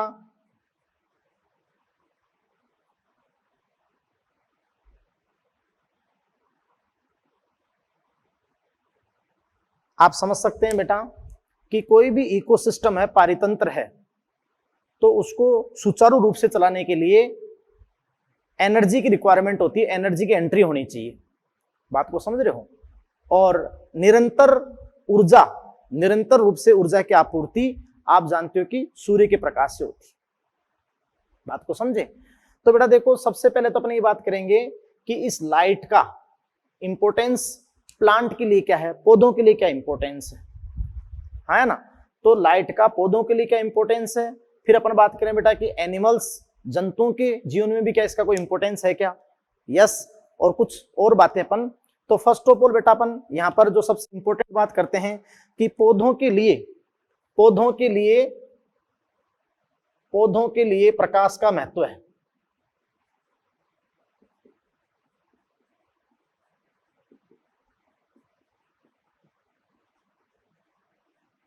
पौधों के लिए प्रकाश का महत्व है।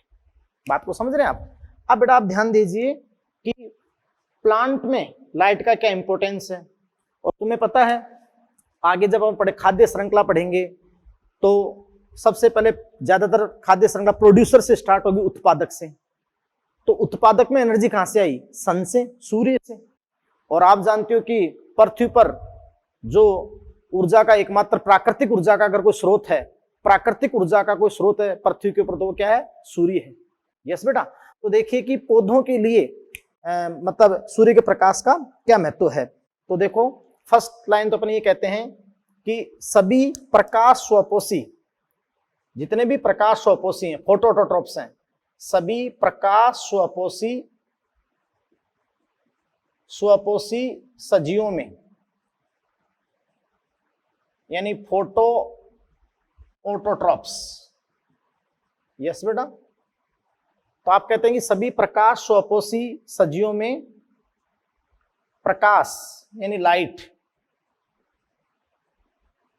प्रकाश संश्लेषण में आवश्यक है। प्रकाश संश्लेषण प्रक्रम में आवश्यक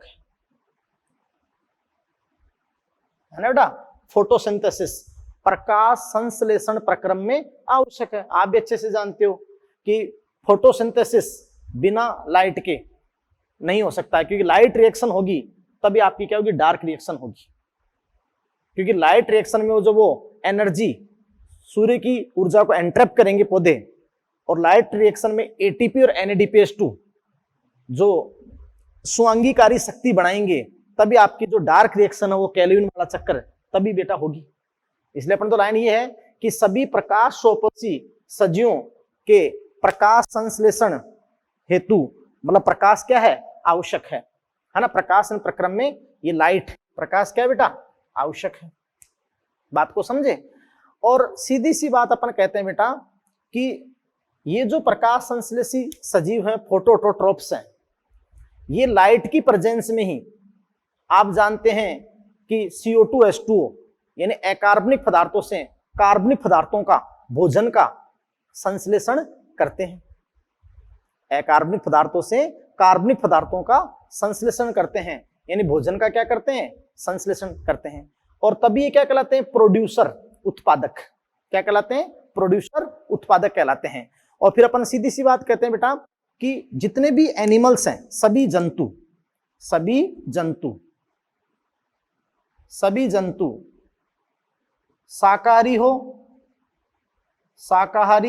व मांसाहारी, है ना बेटा? सभी जंतु प्रत्यक्ष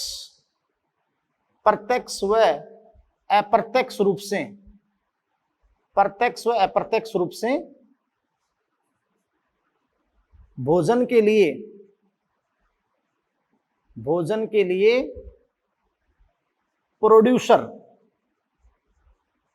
उत्पादकों पर निर्भर होते हैं। जैसे अगर अपन स्थल की बात करें तो स्थल पर जितने भी जंतु हैं, तो चाहे वो शाकाहारी हो चाहे वो मांसाहारी हो, प्रत्यक्ष और अप्रत्यक्ष क्यों लिखा मैंने, प्रत्यक्ष और अप्रत्यक्ष रूप से भोजन के लिए प्रोड्यूसर या हरे पेड़ पौधों पर ही निर्भर होते हैं। प्रोड्यूसर या हरे पेड़ पौधों पर निर्भर होते हैं। क्यों बेटा? क्योंकि देखो, पहले हरे पेड़ पौधे होंगे तो उनको खाने वाले क्या होंगे? शाकाहारी, है ना, और शाकाहारी उनसे भोजन लेंगे। यस, अब शाकाहारी होंगे तो ये तो मांसाहारी होंगे ना। हालांकि ये जो मांसाहारी है ये डायरेक्ट तो इस पौधे पर डिपेंड नहीं है, डायरेक्ट तो डिपेंड नहीं है, लेकिन इनडायरेक्ट तो ये भी तो डिपेंड है इसी पौधे के ऊपर भोजन के लिए। बोलो हाँ, है ना। तो अपने लाइन क्या लिख दी बेटा कि सभी जंतु चाहे वो शाकाहारी हो और चाहे वो मांसाहारी हो, प्रत्यक्ष व अप्रत्यक्ष रूप से भोजन के लिए ही, मतलब प्रोड्यूसर उत्पादकों पर यानी हरे पेड़ पौधों पर निर्भर है। भाई कोई कहे कि मैं तो भाई बकरे का मांस खा रहा हूं, जो मीट बोलते हैं उसको अपन, तो आप समझ सकते हो कि बकरे को भी उसके अंदर जो मांस पैदा करने के लिए उसको 1 किलोग्राम मांस के लिए उसको 3 से 10 किलोग्राम दाना, बाजरा हो चाहे मक्का हो चाहे पौधे प्लांट ही तो खिलाने पड़ते हैं उसको। बात को समझे? तो ये लाइन आपके सामने क्लियर हो गई। तो अपन फिर एक स्टेटमेंट देते हैं, इसलिए अपन कहते हैं कि पृथ्वी पर, इसलिए ऑल फ्लैश इज ग्रास, कि जो भी कार्बनिक पदार्थ है, जो भी मांस है ना, सारा का सारा मांस, all flash is grass. Grass यहाँ प्लांट को प्रदर्शित करता है, प्लांट को, हरे पेड़ पौधों को, या जो भी प्रकाश पोषी है। तो ऑल फ्लैश इज ग्रास, क्योंकि पहले वो उत्पादक होंगे तो शाकाहारी होंगे तो मांसाहारी होंगे। बात को समझे या नहीं समझे आप? इसलिए अपन कहते हैं ऑल फ्लैश होता है मांस, इज ग्रास। बात को समझ रहे हैं बेटा? यस बेटा। इसके बाद देखो अपन बात करते हैं कि सीधी सी बात है, बहुत इंपॉर्टेंट, आगे और बात करें अपन कि पौधों की और भी कई क्रियाओं में प्रकाश आवश्यक होता है। बात को समझे? जैसे अपन नेक्स्ट बात करें यहां पर कि पौधों में पुष्पन के लिए भी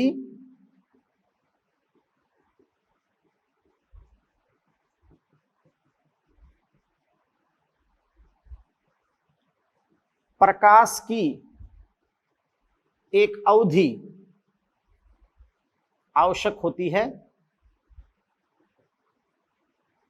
बेटा आपने पढ़ा कि बहुत सारे जो प्लांट होते हैं, आवर्तबीजी पौधे होते हैं, फ्लावरिंग, पुष्पन के लिए भी प्रकाश अंधकार काल की एक आपेक्षिक अवधि आवश्यक होती है। तो उसको आप कहते हो प्रकाश दीप्ति काल, यानी आप कहते हो फोटो पीरियड। बोलो, तो फोटो पीरियड पर निर्भर होते हैं ना पुष्पन के लिए पौधे। जैसे अपन एग्जांपल लें कि शॉर्ट डे प्लांट, आपको पता है ना, शॉर्ट डे प्लांट SDP, है ना, और दूसरे आपका क्या हो गया, लॉन्ग डे प्लांट LDP। तो SDP और क्या, LDP, है ना भाई। कुछ को क्रांतिक अवधि, भाई न्यूनतम प्रकाश अवधि को आप क्रांतिक अवधि कहते हो, कुछ को क्रांतिक अवधि से कम का प्रकाश चाहिए तो वो आपके पुष्पन ऐसे करें तो होते हैं लघु दिवसीय पादप, शॉर्ट डे प्लांट। और कुछ को क्रांतिक अवधि से ज्यादा चाहिए तो आपके होते हैं लॉन्ग डे प्लांट, दीर्घ दिवस पादप। तो आपके सामने बेटा सीधी सी बात आई कि भाई अनेक पादप में पुष्पन हेतु प्रकाश की अवधि पर वो निर्भर होते हैं। फोटो पीरियड पे प्रकाश की एक अवधि आवश्यक होती है, प्रकाश की अवधि पर निर्भर होते हैं, है ना बेटा। तो आप समझें कि ये आपका हो गया फोटो पीरियड, प्रकाश दीप्ति काल। और फोटो पीरियड के अकॉर्डिंग एक तो आपके SDP लघु दिवसीय पादप होते हैं, LDP लॉन्ग डे प्लांट होते हैं। और मोस्ट ऑफ में ये जरूरी होता है, कुछ में अगर इस अवधि पर निर्भर नहीं होते हैं तो फिर वो दीर्घ निरपेक्ष, मतलब डे न्यूट्रल प्लांट आपके होते हैं। बोलो बेटा, होते कि नहीं होते हैं? तो ये बात आपके सामने क्लियर हुई। नेक्स्ट बात बेटा देखो अपन बात करते हैं यहां पर कि भाई एक चीज और आती है लाइट इंटेंसिटी। लाइट इंटेंसिटी, प्रकाश की तीव्रता, लाइट इंटेंसिटी, ये आती है लाइट इंटेंसिटी, प्रकाश की तीव्रता। यस बेटा, तो ध्यान से सुनिए बेटा कि प्रकाश की तीव्रता जो होती है लाइट इंटेंसिटी, क्लियर। अब ये इसके अकॉर्डिंग क्या होते हैं, जैसे बेटा कि लाइट इंटेंसिटी के अनुसार वे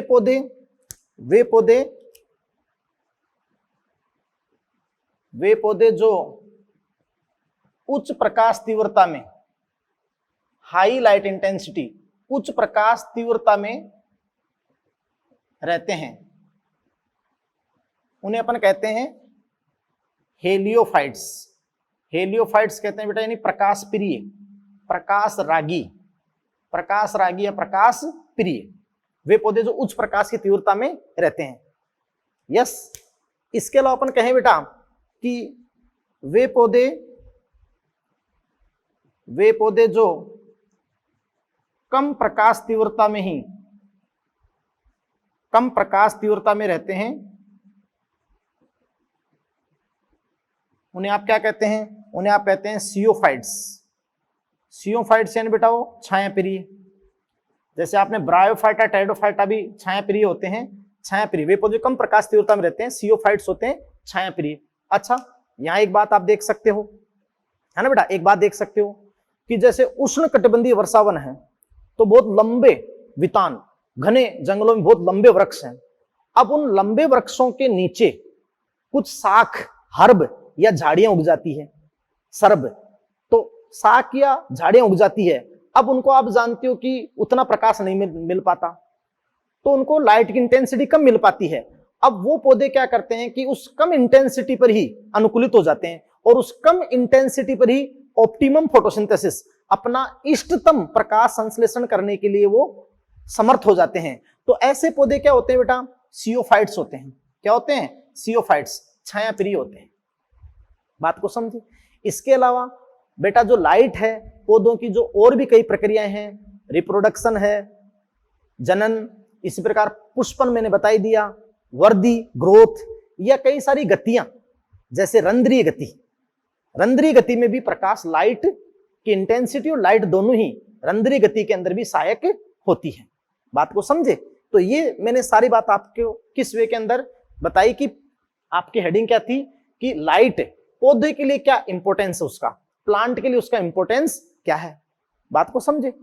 अब क्या पौधे जो सूर्य का पूरा प्रकाश होता है, पूरा प्रकाश, क्या पौधे उस पूरे प्रकाश को ही काम में लेते हैं, कौन सा लेते हैं, तो नेक्स्ट अपन देखो बेटा, अपन वो पढ़ेंगे कि कौन सा उनके लिए आवश्यक होता है या सहायक होता है। हाँ तो बेटा देखिए कि जो प्रकाश विद्युत चुंबकीय स्पेक्ट्रम होता है, तो प्रकाश, मैं आपको बताता हूं, बहुत इंपॉर्टेंट बात, और आपने फिजिक्स में पढ़ी होगी। तो देखो बेटा कि प्रकाश विद्युत चुंबकीय स्पेक्ट्रम,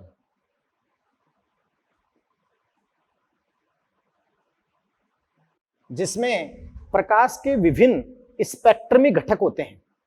तो प्रकाश विद्युत चुंबकीय स्पेक्ट्रम का जो 390 नैनोमीटर से 760 नैनोमीटर प्रास होती है, 390 नैनोमीटर से 760 नैनोमीटर की जो प्रास होती है, 390 से 760 नैनोमीटर की प्रास दर से प्रकाश या अपन कहें दर से स्पेक्ट्रम, विजिबल स्पेक्ट्रम कहलाता है। क्या कहलाता है बेटा, विजिबल स्पेक्ट्रम। समझ गए, अच्छे से आप जानते ही हो। अब बेटा देखो, इस 390 से कम तरंग दैर्घ्य जो वेवलेंथ होती है कम नीचे की, वो तो आपकी होती है यूवी रेज, पराबैंगनी विकिरणें, और एक्स रेज बाद में। इधर आपकी 760 से अधिक जो तरंग दैर्घ्य होती है, बात को समझे, वेवलेंथ, तो वो आपकी होती है अवरक्त विकिरणें, इंफ्रारेड रेज। बात को समझ रहे हो। यस, आपको ही पता बेटा, तरंग दैर्घ्य जितनी ज्यादा होगी उतनी ही आवर्ती या ऊर्जा कम होगी, आवर्ती कम होगी। बात को समझे? तो यूवी रेज की तो तरंग दैर्घ्य कम होती है, तो उसकी आवर्ती या ऊर्जा उसमें क्या होती है, ज्यादा होती है, जो पराबैंगनी विकिरणें होती है। बात को समझ रहे बेटा? अब देखो ये तो आपका भाई प्रकाश विद्युत चुंबकीय स्पेक्ट्रम हो गया, और उसमें जो रेंज होती है वो आप जानते हो कि 390 से लेकर 760 नैनोमीटर की जो रेंज होती है वो दर्श्य प्रकाश विजिबल स्पेक्ट्रम को प्रदर्शित करते हैं। अब देखो बेटा कि जो हरे पादप हैं, हरे पादप, ये जो ग्रीन प्लांट है, हरे पादप प्रकाश संश्लेषण प्रक्रम में दर्श्य प्रकाश की जो विजिबल स्पेक्ट्रम होता है, दर्श्य प्रकाश की 400 से 700 नैनोमीटर, जो बेटा बहुत अच्छा क्वेश्चन आया कई बार नीट के अंदर, 400 से जो 700 नैनोमीटर तरंग धैर्य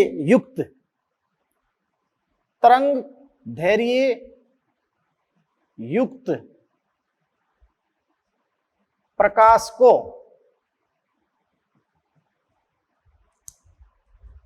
प्रयुक्त करते हैं, है ना बेटा?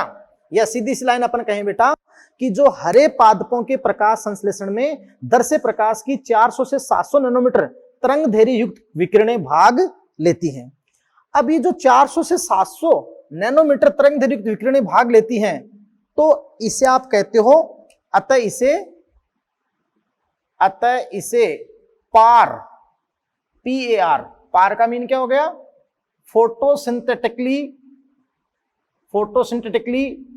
एक्टिव रेडिएशन,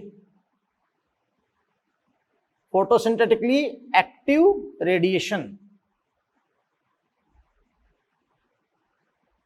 यानी अपने क्या कहते हैं बेटा इसको? प्रकाश संश्लेषणीय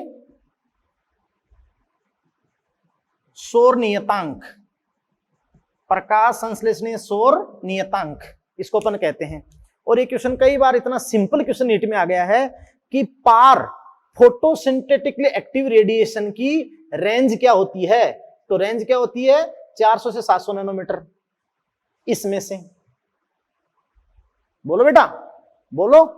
जो आप दर्श्य प्रकाश जानते हो ना क्या होता है? विबग्योर में आप जानते हो कितने स्पेक्ट्रमी घटक होते हैं? वोलेट होता है, इंडिगो होता है, ब्लू होता है, ग्रीन होता है, येलो, ऑरेंज, रेड, और उसमें से भी 400 से 700 नैनोमीटर तरंग दैर्घ्य विकिरणें भाग लेती है, तो उसको आप क्या कहते हैं? पार, फोटोसिंथेटिकली एक्टिव रेडिएशन।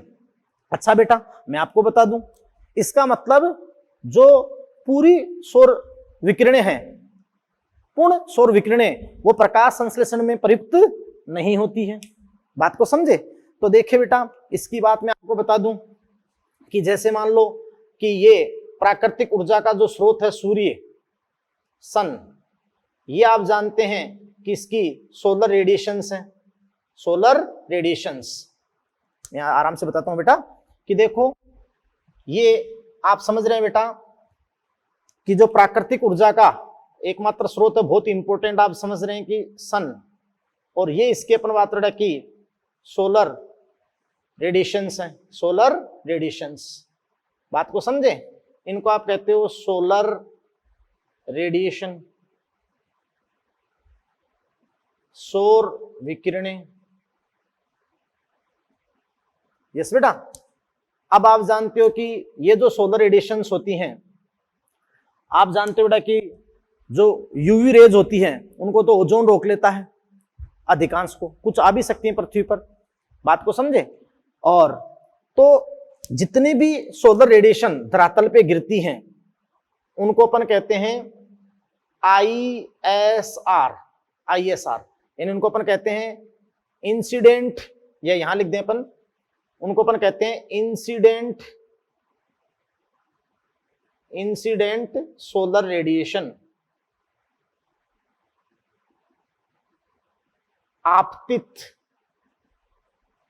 आपतित सौर प्रकाश। अब आप जानते हो बेटा जो इंसिडेंट सोलर रेडिएशन है उसका 50% से कम भाग ही, 50% से कम भाग, 50% से कम भाग क्या होता है बेटा, ये 50% से कम भाग ही आपका होता है पार, फोटोसिंथेटिकली एक्टिव रेडिएशन पार होता है, यानी 400 से 700 नैनोमीटर। यस बेटा। अब अगली बात, एक महत्वपूर्ण बात सुनना, खैर वो अपन आगे जब खाद्य श्रृंखला और सारी बातें करेंगे तो और एक बार बताएंगे, लेकिन यहां बेसिक यहीं पे क्लियर कर देना यार कि ये देखो, ये हरे पेड़ पौधे, ये हरे पेड़ पौधे, अब इस पार का कितना परसेंट कहां में लेंगे, 2 से 10% अपने प्रकाश संश्लेषण में।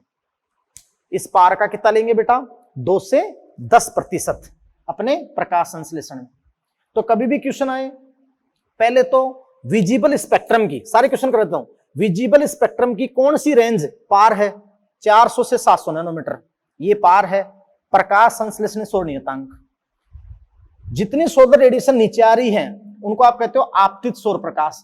आपतित सौर प्रकाश का कितना परसेंट, 50 से कम भाग क्या है, पार। पार का कितना भाग पौधे अपने प्रकाशन में यूज करते हैं, 2 से 10%, 2 से 10। अब दिमाग लगो, एक बार क्वेश्चन क्या पूछा गया, बार बार ये पूछा पार का कितना भाग, तो सबका रटा होता 2 से 10, 2 से 10, बच्चे टिक कर देते हैं, गलत। एक बार क्या पूछा गया कि कुल आपतित सौर प्रकाश, इंसिडेंट सोलर रेडिएशन, कुल आपतित सौर प्रकाश का पौधे कितना प्रतिशत भाग अपने प्रकाश संश्लेषण में प्रयुक्त करेंगे, तो आंसर आएगा 1 से 5। अरे भाई इस पहले इस ISR कुल आपतित सौर प्रकाश का 50 से कम पार हो गया, तो 50 हुआ ना, 50 का 2 से 10 करते हैं, 50 का 2 से 10 तो 100 का कितना करेंगे, 1 से 5, 1 से 5। तो इस इंसिडेंट सोलर रेडिएशन का, आपतित सौर प्रकाश का 1 से 5% भाग ही पौधे अपने फोटोसिंथेसिस में प्रयुक्त करते हैं। बोलो बेटा यस और नो। और जो यूवी रेज ये है, ये आप जानते हो कि साधारणतः हरे पेड़ पौधों में तो प्रकाश संश्लेषण में काम में नहीं आती। यस बेटा। अब बात करते हैं कि इस लाइट का अपन बात करें बेटा कि जंतुओं के लिए क्या महत्व है, एनिमल्स के लिए क्या इंपॉर्टेंस है, एनिमल्स के लिए क्या इंपॉर्टेंस है, तो उसकी बात आपके सामने अपन करेंगे। और एनिमल्स के लिए क्या इंपॉर्टेंस है, उसके बाद जो जलीय काय होते हैं उनके अंदर कितनी गहराई तक लाइट जा पाती है, कैसे वहां सजीवों का वितरण होता है, तो सारी बातें आपके सामने करेंगे। हाँ तो देखिए बेटा, प्राणियों के लिए यानी एनिमल्स के लिए भी जो लाइट का इंपॉर्टेंस होता है, तो वो आपको मैं बता रहा हूं कि अनेक प्राणी प्रकाश की तीव्रता और अवधि, जो फोटो पीरियड होता है, एक तो लाइट की इंटेंसिटी और फोटो पीरियड, जो अवधि मैंने आपको बताया था दीप्ति काल में, दैनिक और मौसमी विभिन्नताओं को, जो डायूरेनल दैनिक और जो मौसमी विभिन्नताओं को अपने चारे की खोज, जो भोजन की खोज होती है, अपने भोजन की खोज जिसको आप कहते हो बेटा फोरेंजिंग, क्या कहते हो, फोरेंजिंग, ये उनकी भोजन की तलाश होती है। भोजन की तलाश, रिप्रोडक्शन जनन और प्रवासी गतिविधियों, यानी जो माइग्रेशन है, प्रवासी गतिविधियों का समय तय करने के लिए संकेत के रूप में काम लेते हैं। प्रवासी गतिविधियों का समय तय करने के लिए संकेत के रूप में उसको काम में लेते हैं। जैसे बेटा इधर ध्यान दो कि जो फोटो पीरियड है, प्रकाश की अवधि है, वो अनेक पादपों में, पुष्पन में सहायक नहीं है। कुछ जंतुओं में, जो बेटा आप जानते हो कि कुछ जंतुओं में जो आपके होते हैं सीजनल ब्रीडर जो होते हैं मौसमी प्रजनक, समझते हो आप, सीजनल ब्रीडर, मौसमी प्रजनक। एक तो होते हैं जंतु सतत प्रजनक, ह्यूमन, मानव में तो मादा में मासिक चक्र आता है, मेंस्ट्रुएशन साइकिल, और मासिक चक्र आता तो फिर आप जानते हो कि जो 14वें दिन उसमें एक रिस्क पीरियड होता है, एक टाइम पीरियड होता है रिस्क पीरियड। उस दौरान अगर नर और मादा संभोग करते हैं तो आप जानते हैं कि वहां तो निषेचन के या नई संतति उत्पन्न होने के चांस फैक्टर हैं, सही। लेकिन बहुत सारे जंतु हैं जिनके अंदर मासिक चक्र तो है ही नहीं, तो बहुत सारे जंतु एक सीजन में ही जनन करते हैं, तो वो आपके होते हैं सीजनल ब्रीडर, मौसमी प्रजनक। तो मौसमी प्रजनक जनन के अंदर किसको संकेत के रूप में काम में लेते हैं, फोटो पीरियड। भाई उनको लंबे दिन की अवधि वालों में जनन करना है या छोटे दिन, जब छोटे दिन हो तब करना है, तो वो किस पर डिपेंड है? फोटो पीरियड पर, जो सीजनल ब्रीडर है। और ये स्टेटमेंट आता भी है कि पादपों में पुष्पन के लिए नहीं, जो मौसमी प्रजनक है, सीजनल ब्रीडर हैं, उनके जनन में भी प्रकाश दीप्ति काल, फोटो पीरियड आवश्यक है या सहायक है। बात को समझ रहे हो बेटा? इसके अलावा तुम जानते हो, जैसे दिन की अवधि कम होने लग जाती है, तो वहां साइबेरिया से वो साइबेरियन क्रेन, जब बहुत ज्यादा वहां ठंड पड़ने लग जाती है, तो वहां से वो प्रवास कर जाते हैं, माइग्रेशन, प्रवास कर जाते हैं। यस, तो प्रवास है, प्रवासी गतिविधि है, जनन है, या चारे की खोज में संकेत के रूप में काम में लेते हैं। यस बेटा, बहुत इंपॉर्टेंट लाइन। यस, और फिर अपन कहें बेटा, देखो कि पृथ्वी पर, स्थल पर, पृथ्वी पर प्रकाश की उपलब्धता तापमान से निकट संबंधी है, तापमान से निकट से संबंधित है, क्योंकि दोनों का स्रोत ही क्या है? सूर्य। क्योंकि पृथ्वी पर तो सभी ऊर्जाओं का जो सबसे मुख्य स्रोत है वो सूर्य ही है। लेकिन ये बातें मान लेना, कई बच्चे सोच लेंगे सर फिर तो लाइट ज्यादा हो गया तापमान से। ऐसा नहीं है, क्योंकि आप जानते हो कि जब पृथ्वी की उत्पत्ति हुई थी, या फिर जब चट्टान अपना ज्वालामुखी फटती है, तो जहां सूर्य का प्रकाश जाता भी नहीं है गहरे जल में, वहां पर भी अपनी मात्रा की ऊर्जा, जो हाइड्रोथर्मल वेंट आपने बताए, मतलब बहुत ही ज्यादा उष्ण जल स्थिति वो होती है। बात को समझ रहे हो? तो ये एक स्टेटमेंट आपको एनसीईआरटी ने दे रखा है कि पृथ्वी पर प्रकाश की उपलब्धता तापमान से निकट से संबंधित है। बात को समझ रहे हो? इसके अलावा देखो बेटा कि अगर अपन ओशियंस की बात करें, महासागरों की बात करें, ओशियंस की, तो महासागरों में सूर्य का प्रकाश ज्यादा से ज्यादा 500 मीटर की गहराई तक जा सकता है। महासागरों में सूर्य का प्रकाश 500 मीटर से अधिक गहराई पर नहीं पहुंचता है, 500 मीटर से ज्यादा डेप्थ पे नहीं जाता है। अब इससे अधिक गहराई पर जो जीव हैं, इससे अधिक गहराई पर जो जंतु हैं, उनको तो यह भी नहीं पता कि पृथ्वी पर कोई खगोलीय ऊर्जा का स्रोत सूर्य भी है क्या, है ना बेटा? तो फिर वो क्या करेंगे? वो अपना पोषण कैसे कर पाएंगे? तो देखिए कि इससे ज्यादा गहराई पर जो पाए जाने वाले अधिकांश जंतु हैं, वो उपभोक्ता हैं, अपघटक हैं, यानी वो मर्तोपजीवी हैं। क्या है बेटा? मर्तोपजीवी, सैप्रोफाइटिक, सैप्रोफाइटिक अधिकांश जंतु, मैंने कहा ना अधिकांश जंतु। तो फिर एक क्वेश्चन आया कि क्या जो बहुत गहरे उष्ण जल क्षेत्र हैं, समुद्र में बहुत गहरी जगह है, कि क्या वहां पर कोई प्रोड्यूसर हो ही नहीं सकता क्या? हो सकता है। ये AIPMT 2015 में क्वेश्चन आया कि वो जो बिल्कुल समुद्र के गहरे क्षेत्र हैं, जहां सूर्य का प्रकाश पहुंचता ही नहीं, वहां संभावना है अगर वहां कोई ऑटोट्रोफ होगा, वहां कोई स्वपोषी होगा बेटा, तो वो स्वपोषी, प्रकाश स्वपोषी तो होगा नहीं, क्योंकि वहां लाइट तो पहुंच ही नहीं रही है, प्रकाश स्वपोषी तो नहीं होगा। तो फिर वहां कौन होते हैं? आपको पता होना चाहिए कि जीवाणु जो स्वपोषी होते हैं ना, जीवाणु, कुछ जीवाणु स्वपोषी होते हैं, वो 2 प्रकार के होते हैं। ये 11th में डाइवर्सिटी में आपको लाइन दे रखी है ना, कुछ जीवाणु 2 प्रकार के, भाई कुछ जीवाणु स्वपोषी होते हैं, वो 2 प्रकार के होते हैं, या तो रसायन स्वपोषी या प्रकाश स्वपोषी। तो वहां पर कौन होंगे? रसायन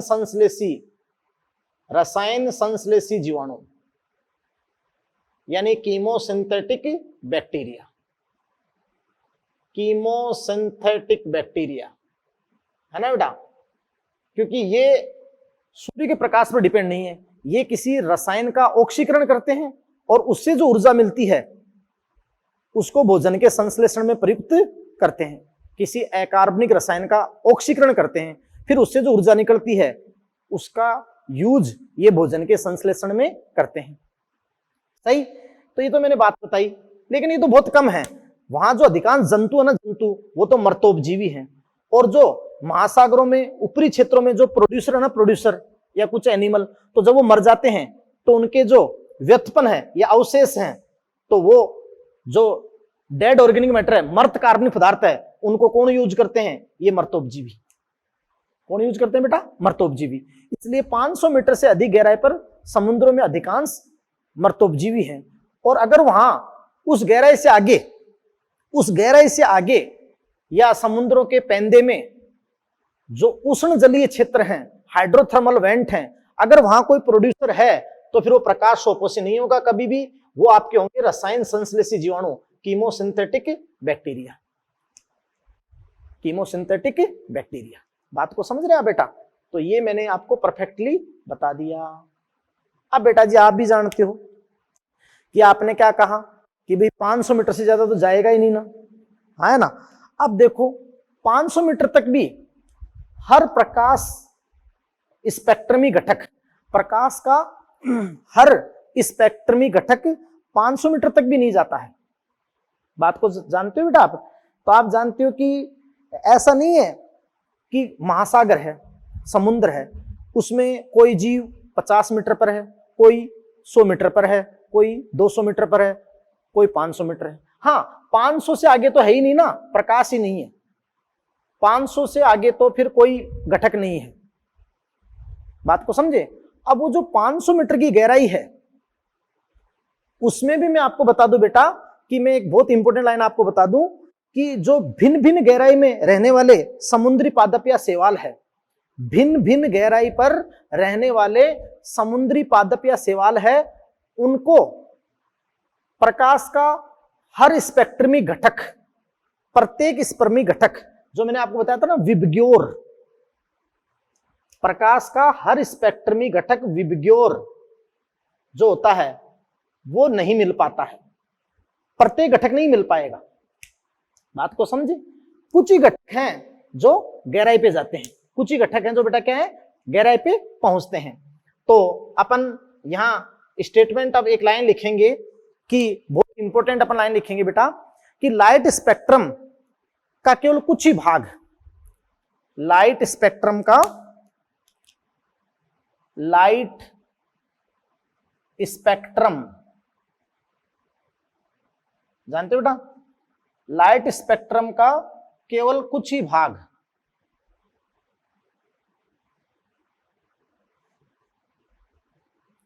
कुछ ही भाग जैसे या तो यूवी रेज,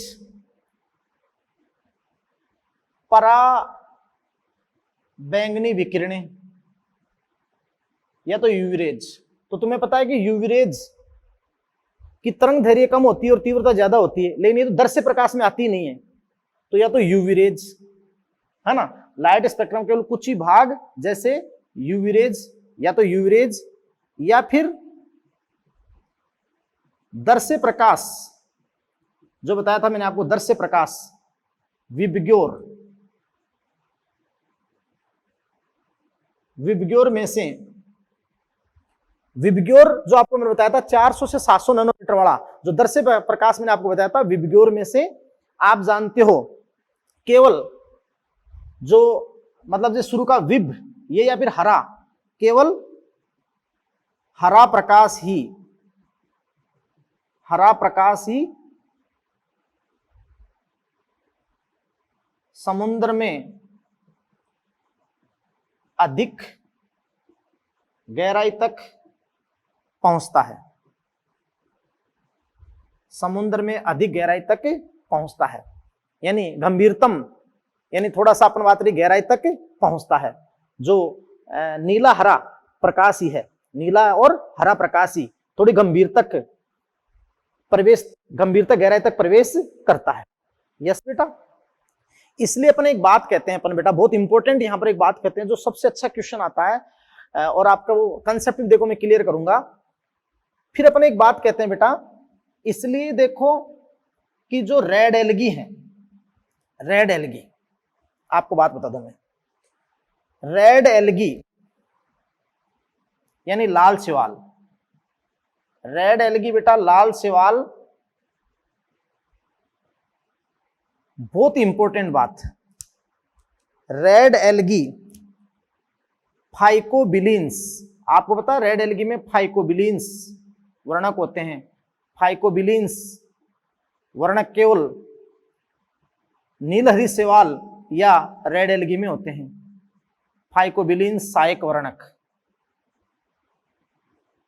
और ये होते हैं बेटा R phycoerythrin, R phycoerythrin व R phycocyanin, R phycocyanin. तो ध्यान से सुने, आप स्टेटमेंट पूरे सुने, रेड एल्गी लाल शैवाल, फाइकोबिलिन्स सहायक वर्णक, फाइकोबिलिन्स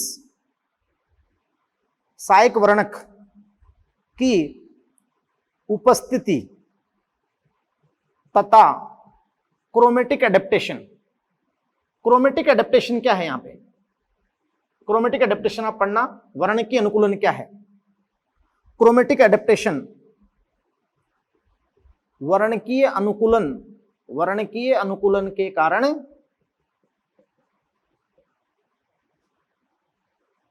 अन्य शैवालों की तुलना में गहराई पर पाए जाते हैं।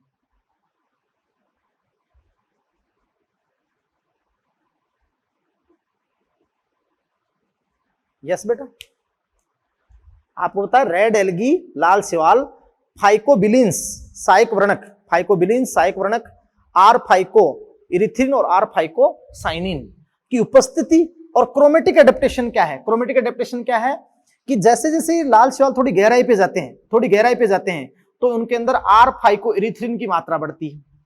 किसकी मात्रा बढ़ती है? आर फाइको इरिथ्रिन की मात्रा बढ़ती है। तो ये आपका होता है क्रोमेटिक एडेप्टेशन, वर्णकीय अनुकूलन के कारण अन्य शैवाल जो हरे शैवाल और भूरे शैवाल हैं उनसे गहराई पर पाए जाते हैं।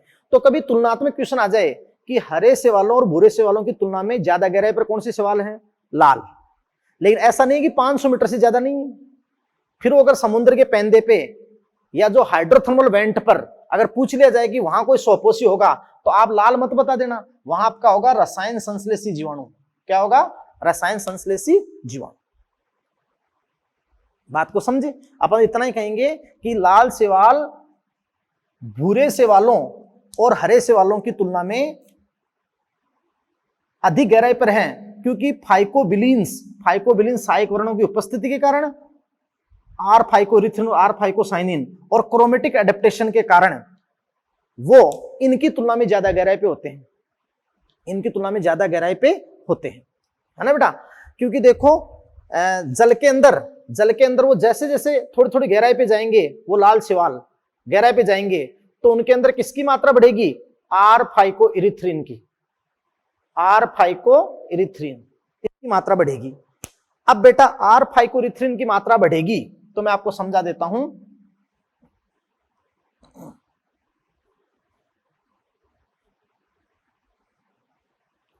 आर फाइको इरिथ्रिन की मात्रा बढ़ेगी तो देखो मैं आपको बता देता हूं कि ये जो आर फाइको इरिथ्रिन है, आर फाइको इरिथ्रिन,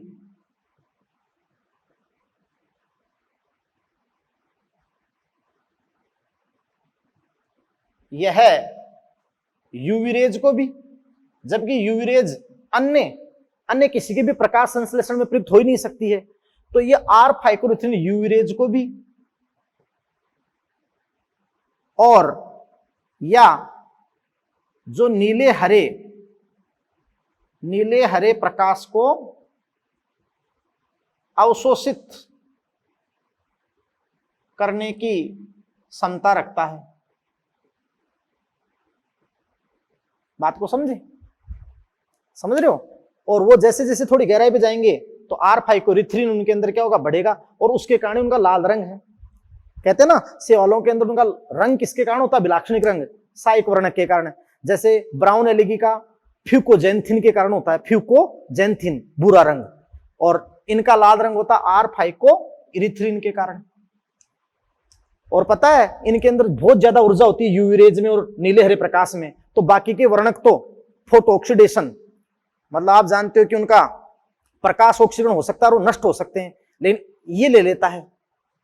तब वो अन्य शैवालों की तुलना में वो क्या पाए जाते हैं बेटा? गहराई पर पाए जाते हैं। जबकि तुम जानते हो कि जो हरे शैवाल है सबसे पहले सतह के पास होंगे हरे शैवाल, क्योंकि बेटा हरे शैवाल नीली और लाल तरंगदैर्घ्य को ज्यादा लेते हैं। किसको लेते हैं? रेड को। तुम्हें पता है हरे शैवाल तो लाल तरंगदैर्घ्य को लेंगे, तो लाल तरंगदैर्घ्य को लेंगे ना तो दिमाग लगाओ कि लाल तरंगदैर्घ्य जानते हो विबग्योर में सबसे लास्ट में आती है, तो तरंगदैर्घ्य उसकी सबसे ज्यादा होती है और तीव्रता कम होती है, तो वो तो थोड़ी सी गहराई पे हासित हो जाती है, कम हो जाती है।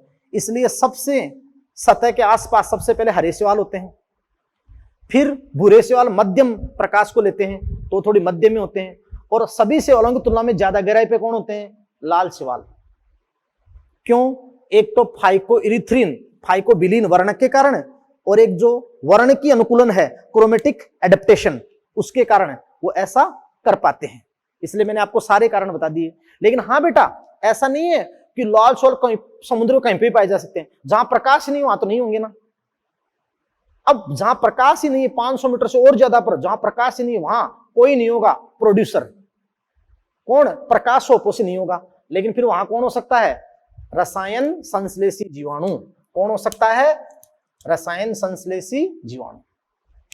तो बताओ सारी बातें, सारे कंसेप्ट क्लियर हुए कि नहीं हुए? बोलो बेटा। अब मैं आपको यहां पर थोड़ा सा एक झील का स्ट्रेटिफिकेशन, स्तर विन्यास बता देता हूं लाइट के अकॉर्डिंग।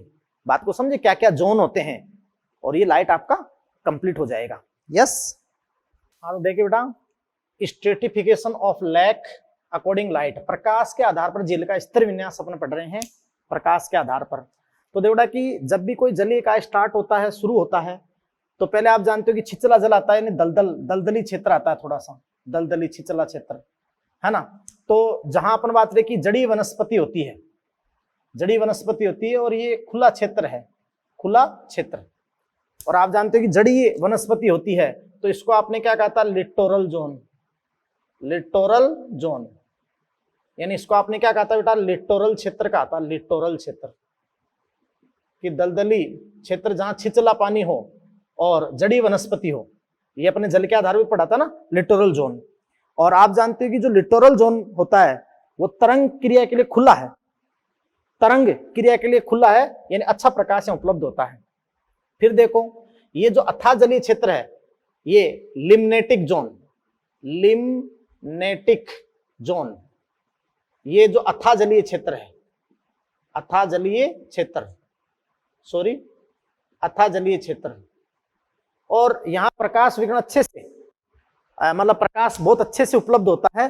जो लिम्नेटिक जोन होता है, खुला जलाशय है, और ये खुला जलाशय, तो यहाँ प्रकाश अच्छे से उपलब्ध होता है, और यहाँ बहुत अच्छे से, सबसे ज्यादा यहाँ वृद्धि करते हैं पादप प्लवक, फाइटोप्लैंक्टन, क्योंकि इष्टतम उच्च प्रकाश मिलता है इनको। जो लाइट कंपेंसेशन पॉइंट होता है, प्रकाश संतुलन बिंदु, प्रकाश संतुलन बिंदु से ऊपर का प्रकाश यहाँ रहता है, तो ये जोन कौन सा होता है? यूफोटिक, यूफोटिक सुप्रकाशित क्षेत्र, अच्छे से लाइट अवेलेबल होती है, सुप्रकाशित। अब तुम्हें पता है जैसे जैसे अपन गहराई पे जाएंगे तो लाइट कम होती जाएगी, डिम होती जाएगी, तो ये आपका होता है डिस्फोटिक क्षेत्र, डिस्फोटिक क्षेत्र। और यहां तुम्हें पता है जो प्रकाश संतुलन बिंदु होता है, लाइट कंपेंसेशन पॉइंट, उससे नीचे का प्रकाश होता है। बात को समझे। अब ये गहराई आ गई, गहराई आ गई, इससे आगे अपन बात करें कि प्रकाश नहीं जाएगा, प्रोफंडल जोन आ जाएगा, प्रोफंडल जोन। प्रोफंडल जोन ये अंधकार वाला क्षेत्र है। प्रोफंडल जोन क्या है बेटा? अंधकार वाला क्षेत्र। बात को समझे। तो ये प्रोफंडल अंधकार वाला क्षेत्र है, और यहां फिर अब लाइट नहीं जा पाएगी, और यहां तक भी सारे स्पेक्ट्रम में घटक नहीं आते हैं। इसलिए कहते हैं कि जहां तक स्पेक्ट्रम में घटक जाते हैं, यूवी रेज और आपका मतलब आपने कहा था कि नीला हरा, तो वहां उनको लेने की क्षमता हर किसी में नहीं होती है। तो शैवालों से ओलों फिर लाल शैवाल ही गहराई पे होते हैं, बाकी तो हो ही नहीं सकते। शैवालों से ओलों में लाल शैवाल थोड़े गहराई पर हो जाते हैं, उसका कारण मैंने आपको बता दिया कि उनके अंदर फाइकोबिलीन है, फाइकोइरिथ्रिन, जो यूवी घटक को भी ले सकता है, और तो ले ही नहीं सकते। और जैसे जैसे वो थोड़े गहराई पे होते हैं तो उनके अंदर वो पूरक वर्ण के अनुकूलन यानी फाइकोइरिथ्रिन की मात्रा क्या होती है? बढ़ती है। अच्छा, उसके बाद ये तो अंधकार का क्षेत्र आ गया, प्रोफंडल, प्रोफंडल। और ये आपका बेंथिक जोन है, जहां मर्तोपजीवी, बेंथिक जोन। बेंथिक जोन होता है नितलस्थ प्राणी, जो मोलास्कारी होते हैं ना, मोलास्कारी, नितलस्थ पेंदे पर, ये आपका पेंदा होता है ना, वो आपका होता है बेंथिक जोन, बेंथिक जोन। अब यहां तो प्रकाश कोई सा घटक ही नहीं होता है। फिर बताते हैं कि कुछ हाइड्रोथर्मल वेंट होते हैं, अगर वहां अगर कोई सोपोसी हुआ तो प्रकाश सोपोसी तो होगा नहीं, वो क्या होगा? रसायन सोपोसी। तो इतना से याद रखें बेटा, देखो लिटोरल जोन, लिमेंटिक जोन, प्रोफंडल और बेंथिक। और प्रकाश के अकॉर्डिंग ये यूफोटिक, डिस्फोटिक और ये अंधकार, ये क्या हो गया? अंधकार। तो ये कुछ स्तर विन्यास था। वैसे अब ये एनसीईआरटी में नहीं है, लेकिन फिर भी आप देख लें कुछ क्वेश्चंस के लिए बेटा, तो यहां तक ये लेक्चर कंप्लीट हुआ। Thank you very much. और बहुत अच्छे लेवल से आप एनसीईआरटी की लाइन टू लाइन पढ़े भाई, एक एक शब्द आपका क्लियर होगा, गारंटी है। अगर आप लेक्चर को बहुत तरीके से आप देखेंगे और आपका पीछे का 11वीं में आपको कितना नॉलेज है उसको भी मांगेगा, जबकि मैंने सब कुछ क्लियर कराया है। लेकिन बेटा देखो थोड़ा पढ़ना था, एनसीईआरटी पे आपको आना पड़ेगा। यस, और आप ऑफलाइन से भी ज्यादा अच्छा मैटर बता रहे हैं, ज्यादा मैटर दे रहे हैं। यस, अब नेक्स्ट अपन लेते हैं सोयल, जो नेक्स्ट लेक्चर में। Thank you very much.